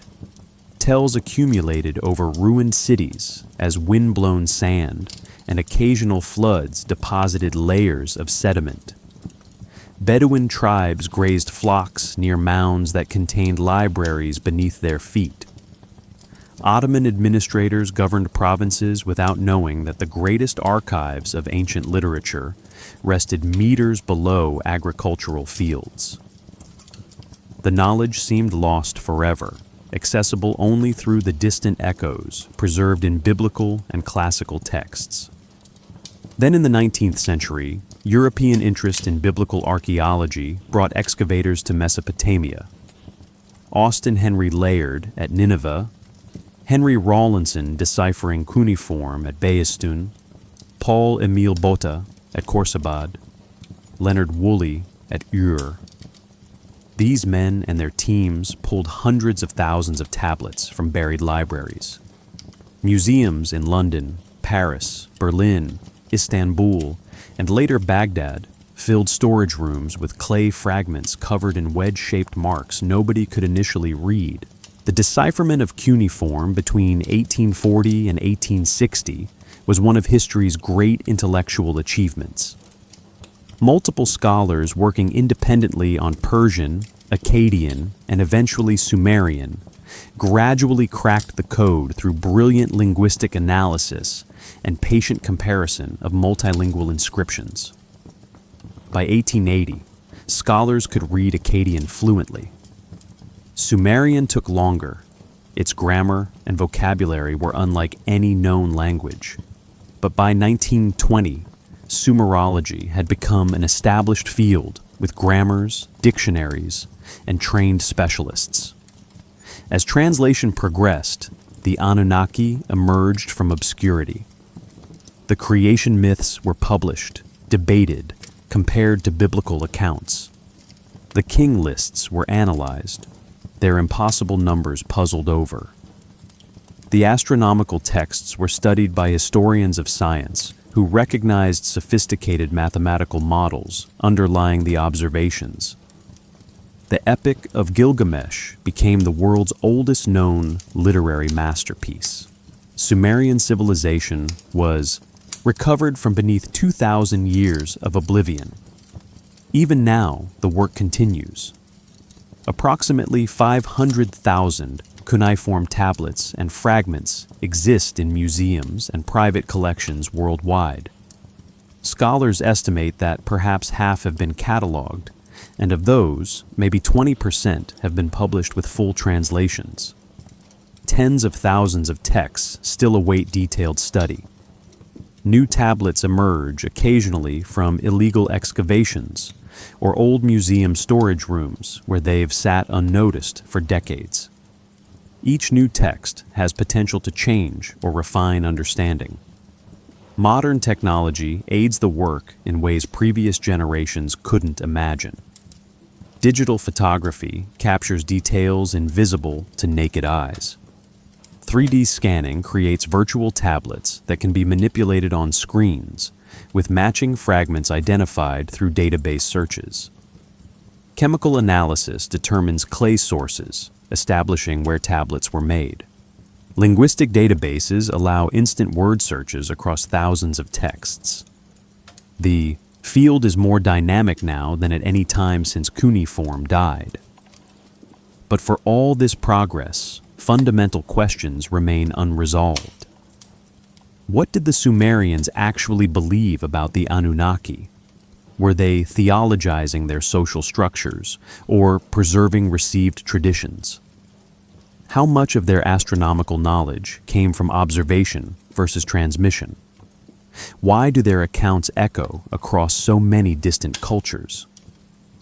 The tablets provide data, but data requires interpretation, and interpretation depends on frameworks that themselves remain contested. Still today, the debate continues between mainstream Assyriology and alternative researchers. Academic conferences present papers on cuneiform grammar, temple economics, and archaeological stratigraphy. Popular documentaries explore ancient astronaut theories and genetic engineering hypotheses. Both sides cite the same evidence, reach different conclusions, and accuse the other of either closed-mindedness or credulity. The Sumerians dead for 4,000 years inadvertently created an intellectual controversy that shows no signs of resolution. Perhaps the legacy isn't in any final answer, but in the questions themselves. The Anunnaki narrative forces us to examine assumptions about human development, to acknowledge gaps in our knowledge, to remain humble about how much we actually understand regarding our own origins. Whether the texts preserve theology or memory, they remind us that ancient peoples were far more sophisticated than conventional models sometimes suggest. The cycles of remembering and forgetting play out across human history. The Sumerians remembered, or thought they remembered, events from their distant past. They recorded these memories, believing them important enough to preserve across millennia. Then their civilization fell, and for 2,000 years their memories were forgotten. Now we've recovered them, translated them, and argue about what they mean. Perhaps someday our civilization will fall, our knowledge will be buried, and future archaeologists will excavate our ruins trying to understand what we believed and why. The stars above Iraq still move in the patterns the Sumerian priests tracked. Venus still rises as morning and evening star. The moon still waxes and wanes with the same periodicity. The rivers still flow, though dammed and diminished now, carrying sediment toward the Persian Gulf. The ziggurat ruins still stand at Ur, baked brick platforms testifying to engineering knowledge that outlasted the culture that created it. The clay tablets still rest in climate-controlled storage, their cuneiform as readable as the day it was pressed, patient as stone. And we still wonder, we still ask the questions the Sumerians asked. Where did we come from? Who taught us to build and calculate? Are we alone, or have we been visited by something greater than ourselves? The legacy they left is partly archaeological, temples and tablets and astronomical data, but it's also something less tangible, an enduring mystery about human origins that refuses resolution despite millennia of investigation. The story they tried to tell us sits in those wedge-shaped marks, waiting. Maybe we'll understand it fully someday. Maybe we never will. Either way, the search itself has value, connecting us across 4,000 years to people who looked at the same stars, wondered about the same questions, and did their best to preserve what they thought we needed to know. The legacy continues, in you, listening now, in everyone who wonders about our place in the cosmos, in the questions that outlive every civilization that asks them. Take a breath, let it settle somewhere deep. You're exactly where you are right now, in this moment, in this place. Maybe you're in bed, covers pulled close against the night. Maybe you can hear sounds from outside, distant traffic, or wind moving through trees. Maybe there's only silence, that particular quality of quiet that comes late at night when the world has finally paused its ceaseless activity. However you've arrived at this moment, you're safe here. The questions we've explored tonight don't require answers. They never did. The clay tablets sit in their museum cases, holding their cuneiform secrets with the patience that only clay can manage. They've waited 4,000 years. They can wait longer. The wedge-shaped marks pressed into their surfaces remain readable. But what they're actually saying, whether the Sumerians were recording theology or history, mythology or memory, this may never resolve itself in ways that satisfy everyone. Perhaps that's exactly right. Perhaps mystery has its own value, its own purpose in the architecture of human understanding. Above the Iraqi desert, the same stars the Sumerian priests watched still move through their ancient patterns. Constellations wheel overhead in cycles that haven't changed since humans first looked up and tried to find meaning in their movements. Venus rises and sets with the same periodicity it had when temple astronomers tracked it from ziggurat platforms. The moon waxes and wanes through phases that regulated agricultural cycles 5,000 years ago and still mark time for anyone patient enough to watch. The cosmos continues, indifferent to interpretation, beautiful in its consistency. The ziggurat ruins at Ur rise from flat desert, eroded but still massive, still declaring that humans once gathered here and built something intended to last forever. Wind moves over the baked brick, carrying dust from surfaces that hands shaped when writing was young and cities were new. The temple platform has outlasted the priests who served there, outlasted the kings who built it, outlasted the civilization that considered it the center of the world. Stone remembers when memory fails. Clay holds information when understanding fades. And perhaps that's the real message the Sumerians left us. Not answers about the Anunnaki or human origins. Not definitive explanations of astronomical knowledge or architectural precision, but something simpler and more profound. They left evidence that humans have always wondered, have always asked the big questions, have always tried to understand where we came from and what our existence means. They left proof that the search for meaning is older than writing, older than cities, perhaps as old as consciousness itself. The questions they asked are the questions we still ask. The mystery they lived with is the mystery we still inhabit. Thousands of years separate us, but in this, we're connected. All of us looking at the same stars. All of us wondering about origins and purpose. All of us trying to find our place in something so vast it defies comprehension. Let the questions rest now. Let the competing theories and unresolved mysteries settle into peaceful coexistence with everything else you carry. The Anunnaki were gods, or visitors, or metaphors, or something we don't yet have categories to describe. The Sumerians were preserving theology, or history, or both, or neither.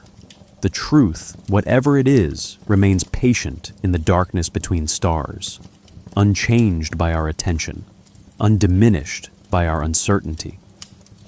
Somewhere in southern Iraq, the Euphrates still flows. Reeds still grow along its banks. The land between two rivers still receives the sediment that built civilization, still holds the buried tablets that contain questions we're not finished asking. The wind still moves across the plain, the stars still watch, and the clay still remembers, holding its secrets with the infinite patience of Earth itself. Sleep comes when we stop requiring answers, when we let ourselves rest in the questions, when we accept that some mysteries endure not because they're hiding from us, but because mystery itself is part of what sustains wonder. The stillness holds everything.